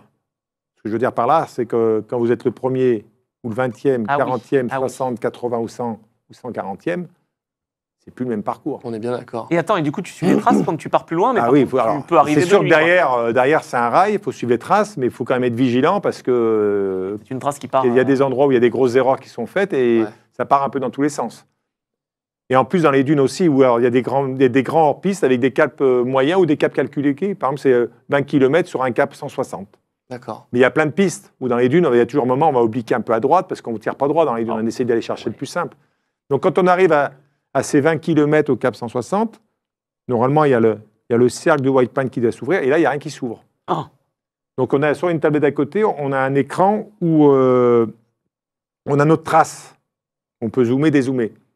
Ah, donc tu Et des sais où fois, t'es on passé. sait que depuis le début des 20 km, on a tiré un petit peu à droite ou un peu trop à droite, un peu trop à droite. Donc, quand on arrive à ce point, soit il faut faire 90 degrés à gauche, soit il faut faire 90 degrés à droite pour essayer d'aller taper le rayon du waypoint. Ah, c'est Ah, merde. incroyable. Et attends, et alors Valentin, du coup, c'est les mêmes notes que tu as sur ton roadbook ou pas tout à fait? Alors moi j'en avais pas, Oui, non, d'accord. mais Mathieu, mon copilote, d'ailleurs c'était la première fois qu'on Ah oui qu'on faisait duo ensemble. Parce que quand même, attends, c'est un mécanicien à la base, Mathieu. Non. Alors, il a multiples casquettes et on y reviendra peut-être après, mais il nous a sauvé notre Dakar plein de fois. Je sais pas s'il écoute ce live, mais Ah, il a ressoudé. ouais, il a fait plein de trucs, mais au-delà de ça, lui, il venait du rallye TT. Ah. Donc, c'est-à-dire, tu es entre du rallye, et alors, tu pas du tout dans le rallye raid, mais je veux dire, il y a quand même une interprétation un peu des notes, Ah ouais, le etc. terrain, ouais, c'est clair. Mais il est arrivé vraiment dans l'inconnu total, et il a eu une adaptation absolument hallucinante sur les notes. C'est-à-dire que moi, j'ai regardé les roadbooks, j'ai fait, mais je sais pas comment tu fais pour... Voilà, alors, petit à petit, j'ai compris. Mais voilà, alors ça, on pourra y revenir après. Mais ça, Bah vas-y, non mais on y va. Hein. Non, mais en gros, lui, dans sa vie, il est copilote en rallye tout-terrain avec son frère. Il reconstruit des 4x4 et il a une métallerie à côté de Tarbes. D'où la soudure. donc, quand on s'est aperçu que notre ressort avait cassé justement à l'étape marathon, hein, donc le seul soir où il fallait pas casser un Évidemment. ressort, C'était là. et là, on s'est bien gratté la tête parce qu'on avait les officiels qui commençaient à venir nous dire si vous n'avez pas de ressort, je sais pas si on vous laisse repartir. Ouf. Parce qu'en fait, on avait la voiture la roue arrière qui touchait presque le garde-boue, quoi. Donc voilà, et là, il a eu. C'est un génie. Il nous a sauvés 3 fois. Il y a tout le monde qui venait le prendre en photo. Même je crois que le conduit Dakar a mis en photo sa soudure. Non, un truc de fou. Là, on voit le commissaire derrière qui commence à sortir son calepin. Donc là, ça commence à être moyen. On les connaît aussi, les contrôles techniques. Et donc voilà, mais si on revient au copilotage, il a eu une adaptation. Alors nous, il faut savoir qu'on a grosso modo le même roadbook, sauf qu'en plus à côté, alors on va moins vite donc il y a un peu plus de temps pour quand même voir. Alors attends, vas-y, je veux savoir, pourquoi on va moins vite? C'est une épreuve de régularité, j'ai rien compris. Alors déjà, nos voitures vont moins vite, okay. Mais en plus de ça, nous, c'était de la régularité. C'est-à-dire que nous, à côté des cases qu'on voyait tout à l'heure, il y avait des tranches de vitesse à respecter, donc H1, H2, H3. Moi, je jouais la catégorie H3, donc les voitures rapides. D'accord. Voilà, il y avait des H4 avec les Audi, mais ils n'étaient que 4, donc on va pas en parler. Ouais. Et donc, il y a des vitesses moyennes à respecter, sauf que ça peut changer à toutes les cases, en fait. Donc, à côté de ça, là on la voit pas, il y avait ça. Et à côté de ça, il y avait comme là où il y a marqué 30, voilà, il y avait à côté de ça, en plus, les vitesses moyennes à respecter. C'est pour ça qu'on entendait des fois, là, c'est 70, donc c'est 80. C'est pour ça que là, il me disait, bon, là, on va faire du hors-piste en cap 208, par exemple, et sur une moyenne de machin. Donc là, tu as le cerveau qui fume complet. Alors, on va moins vite que la Dakar Rallye moderne. Mais par contre, tu as un nombre de paramètres à gérer, et lui a géré ça de main de maître, franchement hallucinant, surtout que lui, en plus, c'est en papier, hein, c'est pas un écran devant. Ah, d'accord. Lui, c'est en papier, donc c'est des notes qu'il a pris avant. Alors, on avait un petit tripi quand même qui répétait les notes, mais clairement, il y a une adaptation. Et quand on a commencé à parler avec des copilotes de moderne, on s'est dit, bon, il y aura sûrement du boulot à faire en pilotage, en adaptation et tout. Mais on s'est dit, tu te crames moins la tête en copilotage là-dessus. Non, mais clairement. Ouais, et tous les copilotes qu'on a vus du moderne nous ont dit, non, mais vous, votre truc, c'est un truc de malade. Donc, il y a un vrai challenge de fou sur le copilote. Disons que, je ne sais pas à combien tu jugerais la performance entre copilote et pilote en moderne. Moderne, c'était quoi? C'était 80-20 selon le résultat. Non, mais le c'est résultat. important. Après, c'est une harmonie entre les deux. Attention, voilà. Je dirais que tu es à 50. Ah oui, carrément. Parce qu'en rallye, c'était 80-20 selon Nicolas Siamin. Mais là, sur le rallye raid, c'est vrai que c'est de la navigation. C'est compliqué de donner un 80, pourcentage, mais oui, c'est important. En tout cas, mais c'est important. Mais alors, souvent, il y en a qui prennent des copilotes et qui changent de copilote à chaque course parce qu'il n'est pas bon. Mais en fin de compte, à un moment, il n'y a pas que le. Voilà, et toi, la régularité, c'est important pour vraiment connaître, être en osmose. En osmose, après, il faut être en harmonie. C'est ça, c'était votre vie pendant jusqu'à ce que malheureusement. Donc il y a deux tablettes. On voit celle de droite où il y a des carrés noirs et qui sont grisés et d'autres pas encore. Donc ça, c'est les white points. Ça, c'était le check-down, ça. Ok. Voilà. Et puis celle de gauche, donc. Et puis celle de gauche où il y a le roadbook qui défile. Ok. Waouh. C'est incroyable. Mais nous, toi, vous êtes à peu près à 50-50 sur le résultat global. Ouais, après, ça dépend des moments. Après, quand vous êtes dans les dunes, c'est 100% le pilote, quasiment dans les dunes. Après, le copilote, voilà. Après, quand il y a vraiment beaucoup de navigation, on va dire des fois c'est 60% le copilote. Okay. Et si ton copilote a un souci avant le Dakar et c'est lui qui t'a choisi, comment on fait dans je t'appelle. Ah bon, alors non mais la pression, Christian, là j'ai du respect pour ta carrière, je voudrais pas nuire à tout ça. Il y a une question très importante et qui est très bien vue sur le chat. Tu as été pilote moto, tu sais faire, tu es un orfèvre de la moto, de l'endurance. On le sait en bécane, les lignes droites, c'est le moment où tu reprends ta respiration. Ça va un peu mieux, après tes genoux par terre, c'est en apnée compliqué. Est-ce que là, quand on fait une spéciale qui fait 300 bornes, est-ce qu'il y a des moments où on arrive à se relâcher ou alors est-ce qu'on est focus avec le palpitant en permanence? Comment ça se passe? On n'a jamais le même terrain. Après, bon, c'était mon 22e Dakar, donc j'ai beaucoup moins de pression et je roule quand même assez détendu. Mais quand on rentrait dans les petits quaters comme l'année passée, qu'on avait fait l'étape 48 heures, on était parti pour 8 heures à faire que de la dune. Donc on ne se relâche pas vraiment. On est tout le temps dans le tempo parce que dans les dunes, la moindre erreur, le moindre baisse de rythme, de cadence, on va se poser sur une crête, on va se faire piéger dans une cuvette. Donc là, il faut toujours rester dans le tempo. Après, il y a des portions où il y a du rapide, on fait 5, 6 ou 10 km de ligne droite. Mais bon, il faut toujours garder la concentration, cette vigilance, toujours être à l'écoute constamment du copilote, de ce qu'il vous dit, parce que des moments, on a tendance un petit peu à se distraire. Et toujours écouter les caps. Et souvent, on essaie de lui répéter aussi les caps, de confirmer les caps quand il me donne un cap. Parce que lui, il surveille les caps, mais c'est quand même bien de faire la gymnastique à deux et de confirmer pour garder le copilote aussi encore un peu motivé. Parce qu'il y a toujours un moment où tu sens que ça baisse un peu de régime. On dit, bon, allez, on reste concentré jusqu'au bout, il reste 50 km. Parce que souvent, il y a des erreurs qui se font en fin d'étape. Parce qu'il reste 50, il reste 20 bornes. On commence à se détendre un petit peu. La spéciale s'est bien passée. On sait qu'on est dans un bon groupe, qu'on est bien placé. Et puis, bling, là, on n'a pas fait attention à confirmer un cap. On est parti sur une parallèle et puis on gâche la journée. Ouais.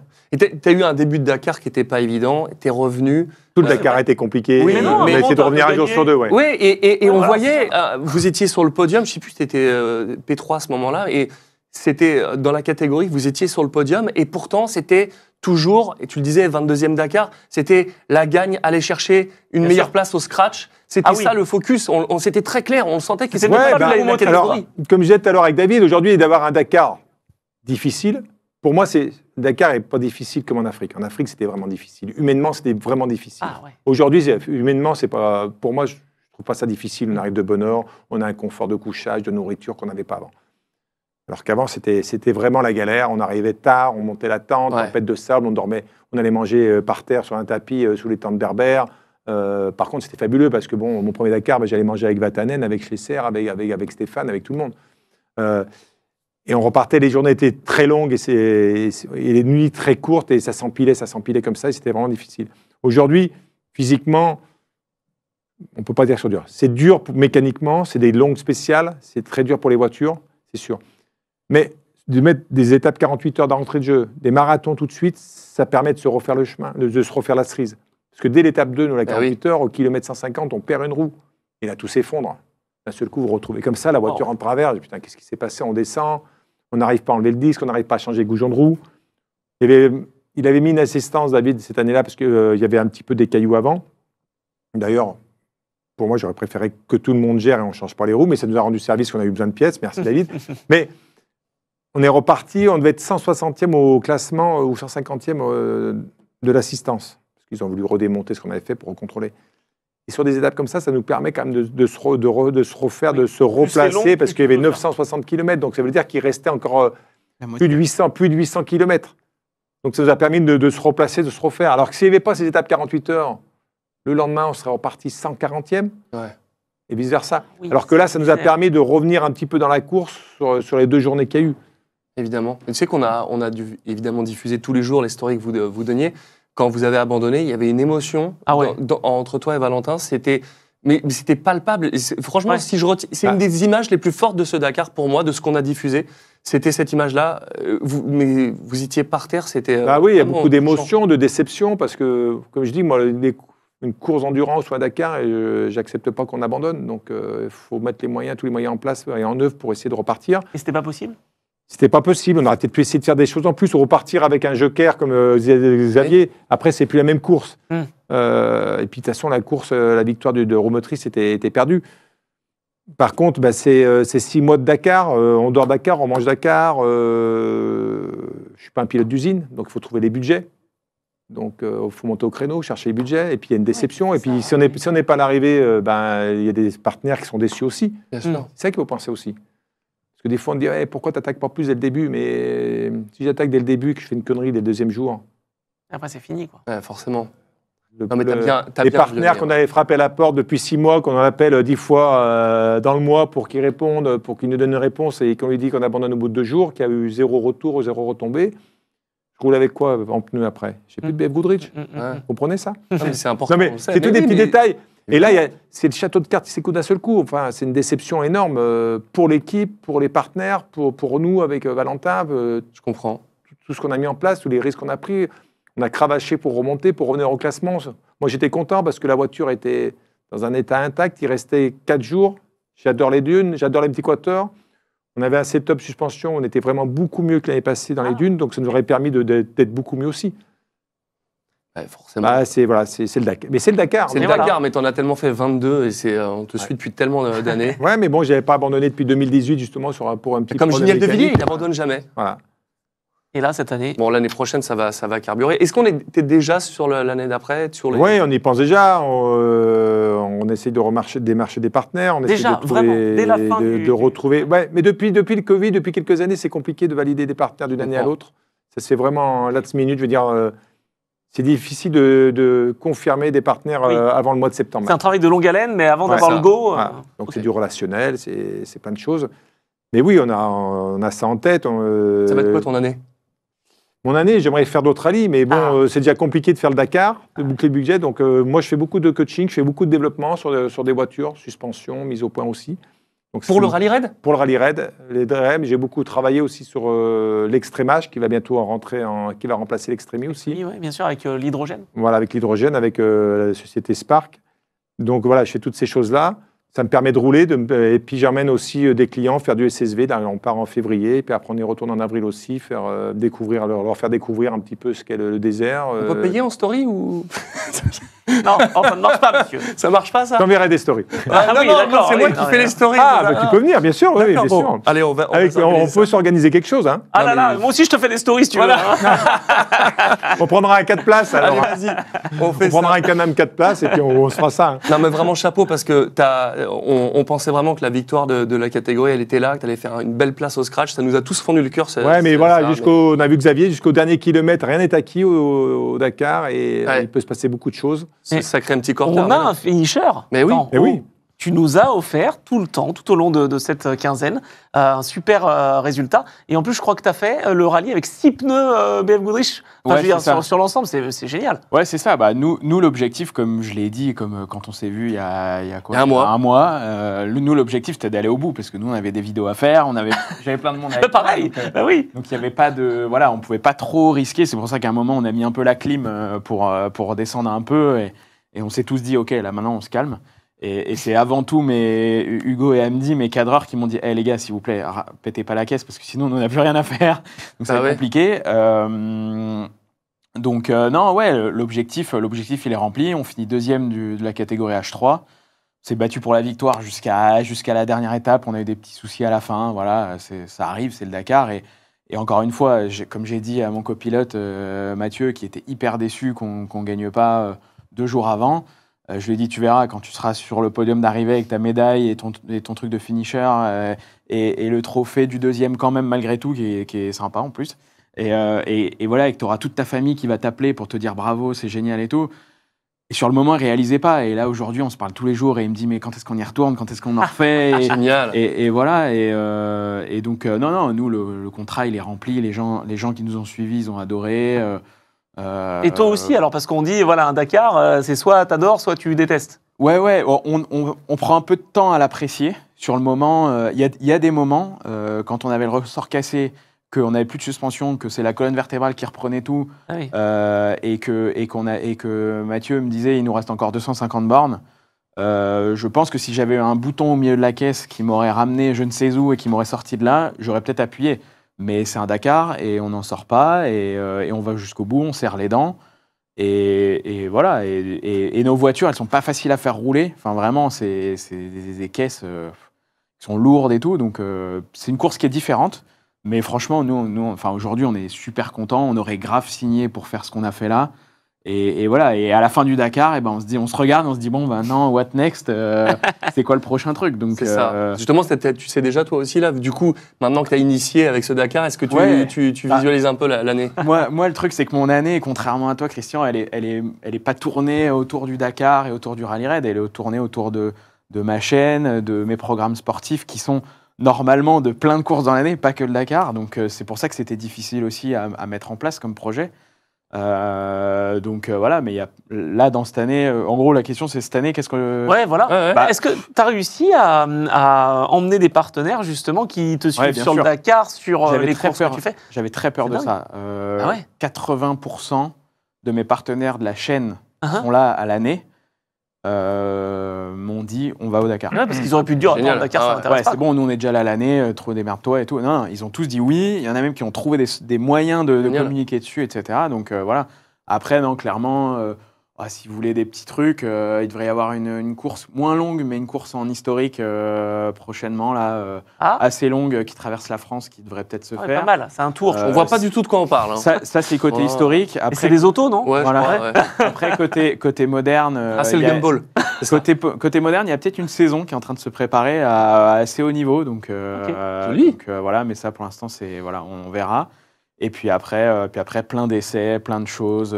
Des idées, on n'en manque pas, on en a plein. Donc, c'est clair. Ne vous inquiétez pas, on est en train de bosser dessus. On va suivre ça toute l'année sur Racing Stream, bien évidemment. Mais Anthony, avant de conclure l'émission, tu voulais nous parler un petit peu technique et de BF Goodrich, parce que franchement, le partenaire en Ultimate comme ça, c'est pas rien. On avait le côté technique grâce à vous, messieurs, parce qu'on a eu donc le roadbook, on a eu l'épreuve de régularité.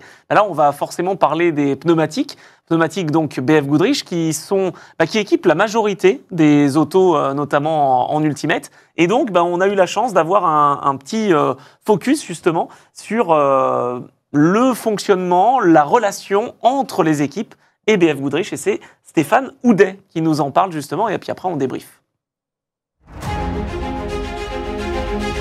Bonjour, je m'appelle Stéphane Houdet, je suis le responsable technique BF Goodrich sur le rallye Paris-Dakar. Alors mon travail consiste à faire en sorte que les équipes utilisent le mieux possible les capacités du pneumatique. Donc je suis là pour d'abord les conseiller et ensuite analyser les problèmes qu'ils peuvent rencontrer afin de faire évoluer toujours le produit pour qu'il soit à un niveau de performance satisfaisant. Alors à l'arrivée de chaque spécial, je m'efforce de contrôler l'état des pneumatiques, de savoir quel fut le feeling du pilote et du copilote, et également savoir s'ils ont eu quelques avaries avec les pneus. Et si jamais c'est le cas, je pose des questions me permettant de comprendre pourquoi et j'essaye d'amener une réponse rapide aux équipages. Les teams choisissent majoritairement BF Goodrich parce que nous avons une expérience incontestable dans le domaine du off-road. Depuis de nombreuses années, nous sommes présents sur le terrain, nous faisons évoluer en permanence le produit et je crois que c'est ça qui crée la confiance et notre présence aussi, ainsi que l'accompagnement de notre distributeur sur le terrain auprès de tous les teams, fait que nous sommes présents et je l'espère appréciés de tous. Merci pour ces explications. C'est sympa, hein, mais non, mais ce qui m'a marqué, en fait, c'est que vraiment, il y a ce conseil aussi. Christian, tu le ressens, ça, justement, quand tu vas chercher, ou quand ton équipe va chercher les pneumatiques, il y a aussi ce côté relation, en fait, qui est important. Oui, il y a une relation, et puis il y a une bonne équipe de monteurs qui est là, et c'est beaucoup de manutention. Hein, c'est pas un métier facile pendant 15 jours pour l'équipe. Et puis il y a Stéphane, qu'on retrouve tout le temps à la fin des spéciales, qui vient nous voir. Est-ce que vous avez eu des crevaisons? Comment ça s'est passé? Généralement, on dit non. Qu'est-ce que vous avez mis comme pneus? Ce qu'il faut savoir, c'est que nous, en buggy, on utilise 2 types de pneus. Sur les Ultimates, maintenant, les protos, les 4 roues, ils utilisent le KDR3. Mais le KDR3, c'est un pneu qui a été fait avec des flancs plus costauds pour éviter les crevaisons dans les pierres, parce qu'on passe beaucoup comme de spécial en pierre. Mais avec le KDR3, nous, on a un système de dégonflage pour être moins handicapé dans les dunes. Et le KDR3, les flancs sont trop costauds, donc on a beaucoup de mal à le déformer. On est beaucoup moins performant dans les dunes, donc on roule avec un KDR2+, qu'on a tout le temps en avant, tout le rallye. Et l'arrière, on varie en fonction des spéciales entre le KDR2+, et le KDR3. Ah, ça, c'est vraiment logique. Mais ça, c'est forcément, donc ils sont renforcés. Donc ça, c'est grâce à vous qu'il y a cette recherche. Oui, les premières années qu'on arrivait, surtout sur le terrain, on est depuis 3 ans, beaucoup plus caillouteux. Il nous envoie dans les pierres volcaniques aussi, David, dont il est sous son équipe, et Pierre Enfant. Donc on les remercie.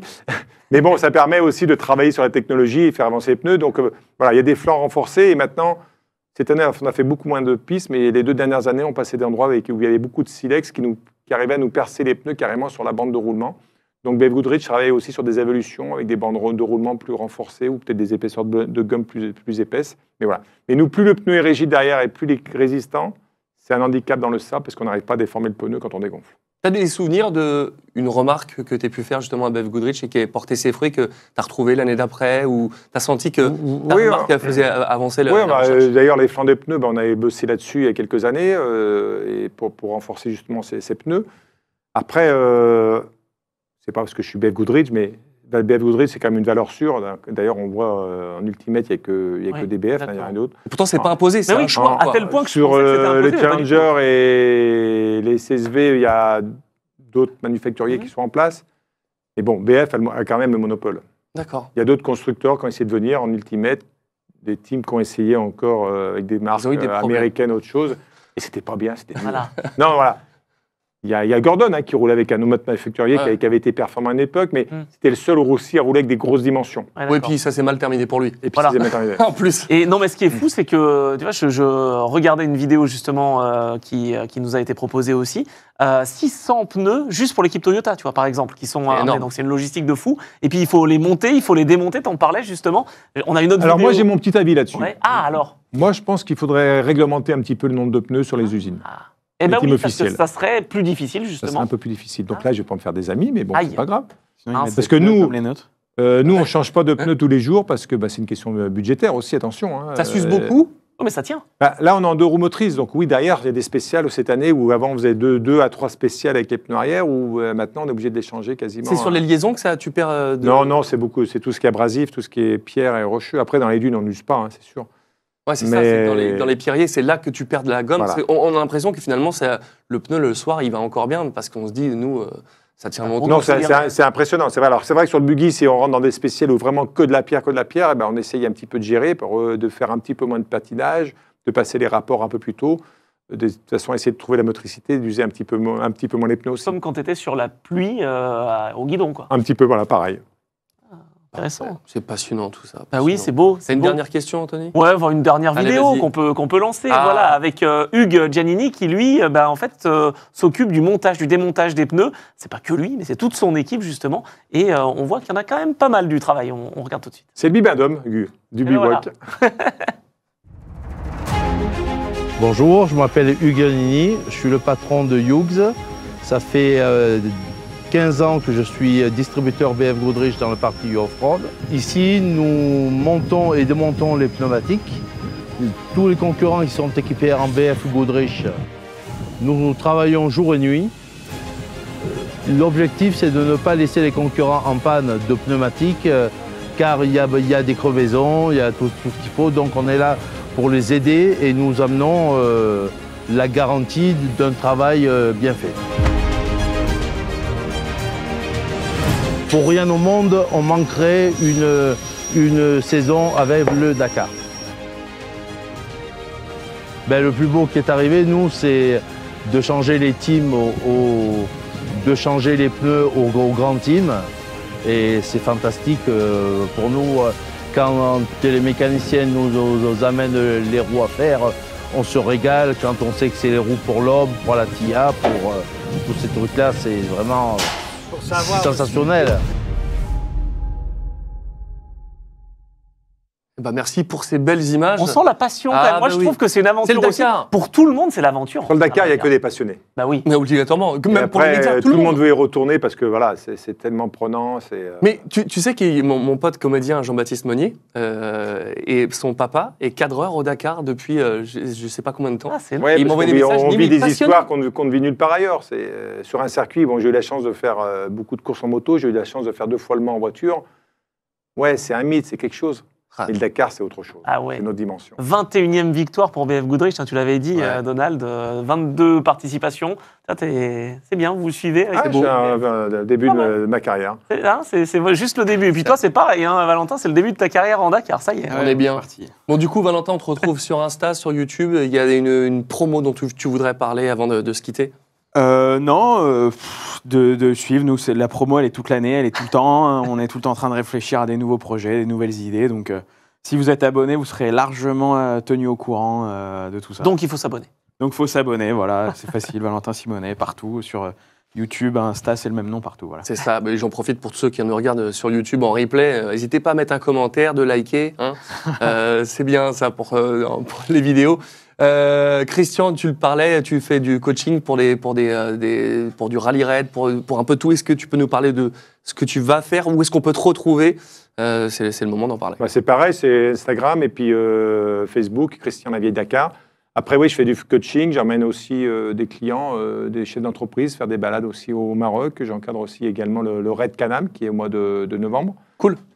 Et puis, j'espère aussi, il y a beaucoup de choses que je ne sais pas encore qui vont arriver, j'espère rapidement. surprise. Donc on te contacte sur Instagram, pour aller avancer là-dessus à tes côtés. LinkedIn également, pour les chefs d'entreprise. Exactement. Et puis, je vous attends en formation. Oh yes, Mais Je pense qu'il y a un petit peu de travail quand même. Ouais, je vais préparer mes stories, moi. Spider-Man, on va voir ce qu'il vaut, volant. Écoute, sur piste, je sais à peu Il près. tisse sa toile pour l'instant. Mais en rallye raid, à part une petite excursion au fin Il va du peut-être Maroc, falloir tisser des toiles derrière les dunes pour récupérer le...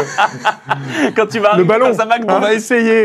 Non, mais je t'avoue que ce serait un rêve, mais j'adore ça. J'ai des années que je suis passionné. Pour ça que je voulais remercier toutes les équipes de BF Goodrich et de Tank nous avoir offert cette possibilité de couvrir ce Dakar et d'avoir des invités comme ça improbables. J'aurais jamais pensé te recevoir, Christian, d'avoir David Castera, Sébastien Loeb, toi, Valentin. Et oui, tout le monde a accepté. Xavier. C'est superbe. C'est trop cool parce que c'est vrai que avant On n'a pas dit qu'on allait revenir l'année prochaine non plus, hein, c'est pas acquis. Hein. Là. Ça va, Christian. Et, Les sacs, ils nous sont passés sous le nez en plus, donc... Ah, mince.